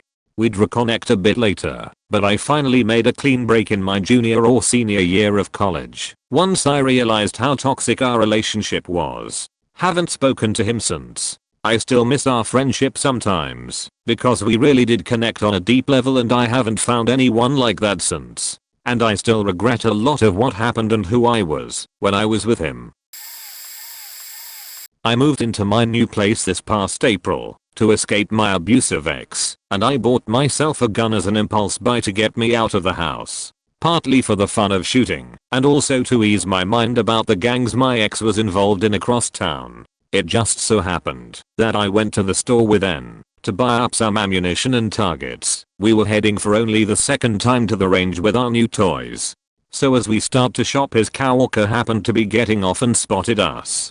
She almost left that day, but decided to come back in and shop the whole store with us for things to shoot. Turns out we had been playing Overwatch for about a year off and on. I had not thought much of it, but she was always so nice and would come in clutch fairly often. This of course was the first time meeting each other in person, and it was only by chance at that. She took me completely by surprise the moment I saw her. I tried not to think anything of it, but turns out we were both hooked on one another right then and there. We all went to the range together that day, and I got the courage up to ask her out to eat later that week. I had no plans to date or find foolish hookups once I moved down here. I know I have a lot of damage to undo, and I need to work on finding happiness in myself before I can expect anyone else to do the same. But everything just fell into place for that one moment. In the most cliche way, it felt like it was meant to be. My only regret is that I'm not further along in my growth as a person. I have a lot to work on emotionally, and I want to have so much more to offer. But she is happy, and so am I. After almost a decade, I'm able to breathe and be myself again. I don't have to worry anymore. I have peace. Man, I wish I would have gotten to this question sooner. My boyfriend and I had been playing WoW with a dude for a couple years. He was always really hyper and over the top loud, but we figured that was just how he was when he played video games. My boyfriend, my boyfriend's brother, and his brother's fiancée happened to be vacationing a couple of hours from where he lived, so we thought we'd meet up with him IRL. Oh my god, that dude had the most energy I've ever seen in a person, including my severely ADHD brother. He was exactly the way he was when we talked to him on the game, loud, crude, screaming, like 24 faking 7. We spent the entire first night drinking and trying to wrangle him, while he kept slapping all the guys' ass, and shoving his fingers up people's noses and just being generally obnoxious. The next morning we got up early to go on an 8-hour deep sea fishing trip on a tiny little boat. It's hotter than hell, we are all hungover, and this boat is swaying like a motherfucker, so we are all completely miserable. Except for this dude, he spends the whole 8 hours continuing to stick his fingers up our noses and running around the goddamn place. On the way back to our condo he kept talking about how hot my boyfriend's brother's fiancée was and how he wanted to fuck her feet and sheet. My boyfriend ended up having to kick him out, in a nice way, and just let him know we were having family time. There was no way we would have been able to spend 4 more days with him. Anyway, after he left we found out he had stolen a bunch of Adderall from us, and we later found he had a massive coke problem. I found a girl right here on Reddit that only lived a few hours away from me and liked all the same things I did. I fell head over heels for her. We started talking on Instagram and eventually traded numbers and met. The meetup was okay, but ended in her not even saying goodbye to me. Eventually I told her how I felt about her and was friend-zoned. I was heartbroken by this and tried to pretend I could just be friends and couldn't. We had many arguments about the dumbest things, either my inability to not play the role of overprotective make-believe boyfriend all the time or her being easily angered about everything. She was extremely hypersensitive and always on me about something. We eventually called it quits in February, not mutually. She did it. I had a mental breakdown during this. The last time we ever spoke was 4 months ago, when we had a really mean-spirited Twitter war between her friends and mine. Long story short, I learned a lot about love and women through her, and I made mistakes. The same mistakes I vow to not make again with the woman who will love me for me. I was torturing myself by sticking around with somebody who in the end used me and tried to spread lies about me. But I have improved so greatly as a person since then. I feel free again. I don't have to wake up in the middle of the night to see if she texted or worry about her. I'm working on my goals now and trying to become more successful, but I'd be lying if I said I don't miss her every now and then still.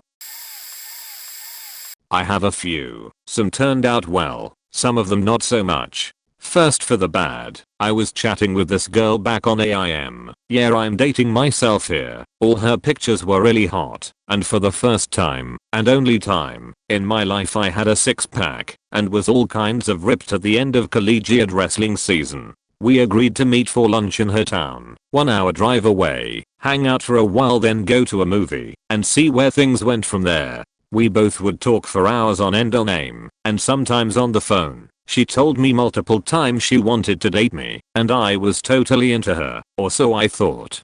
I got there, both of us supposedly 17 at the time, and she was at least 50 pounds heavier than any of her pictures, and probably close to 20 or 21 years old. She couldn't hold a conversation, like we did before that, and then got pissed off at me, that I wasn't going to go back to her place after the movie. We quit talking after that.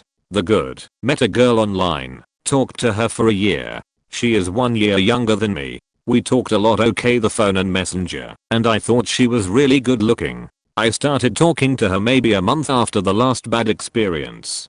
This new girl lived a 3-hour drive away. My friend had a girlfriend who lived in that city, so he gave me half the gas money, and I was able to stay at his girl's place with him, so I didn't have to buy a hotel room. I was broke, so this made it possible for me to take this girl on a date. I got there, dropped my bag off, then took the girl out for dinner, walked around the mall for a while just talking and enjoying ourselves. She was exactly the same as the pictures, and just as amazing in person as she was online. 5 years later we got married, and have now been married for 6 years. I was in my mid-20s and single. He was in his early 30s, also single, unless you count devotion to his pets, which was borderline obsessive. He didn't mention it much online, other than having a few pictures and asking me how I felt about animals in general. But when we finally met up, it was all he could talk about. He showed me pictures of himself cuddling them, taking them for walks, etc. It was a little unusual, to say the least, but not really a deal breaker. Or so I thought, until he started scrolling through his camera reel. After what felt like an endless stream of pictures and videos, I scrambling for an excuse to leave, which is when he informed me that he had brought one of his pets along. I stared at him, dumbfounded, as he reached into his hood, which had been hanging down behind his head this whole time, and pulled out his pet, which was a rat. Now, I do love animals, and although I wouldn't choose a rat for a pet, I understand that they're very intelligent and make great companions for some people. But taking them out of the house, to a bar, in your hood? I mean, what if it has to relieve itself? Does it just poop right there in this dude's clothes? I felt like a captive audience for the cringiest magic show on earth. All thoughts of a diplomatic exit abandoned, I hightailed it out of there and never spoke to him again.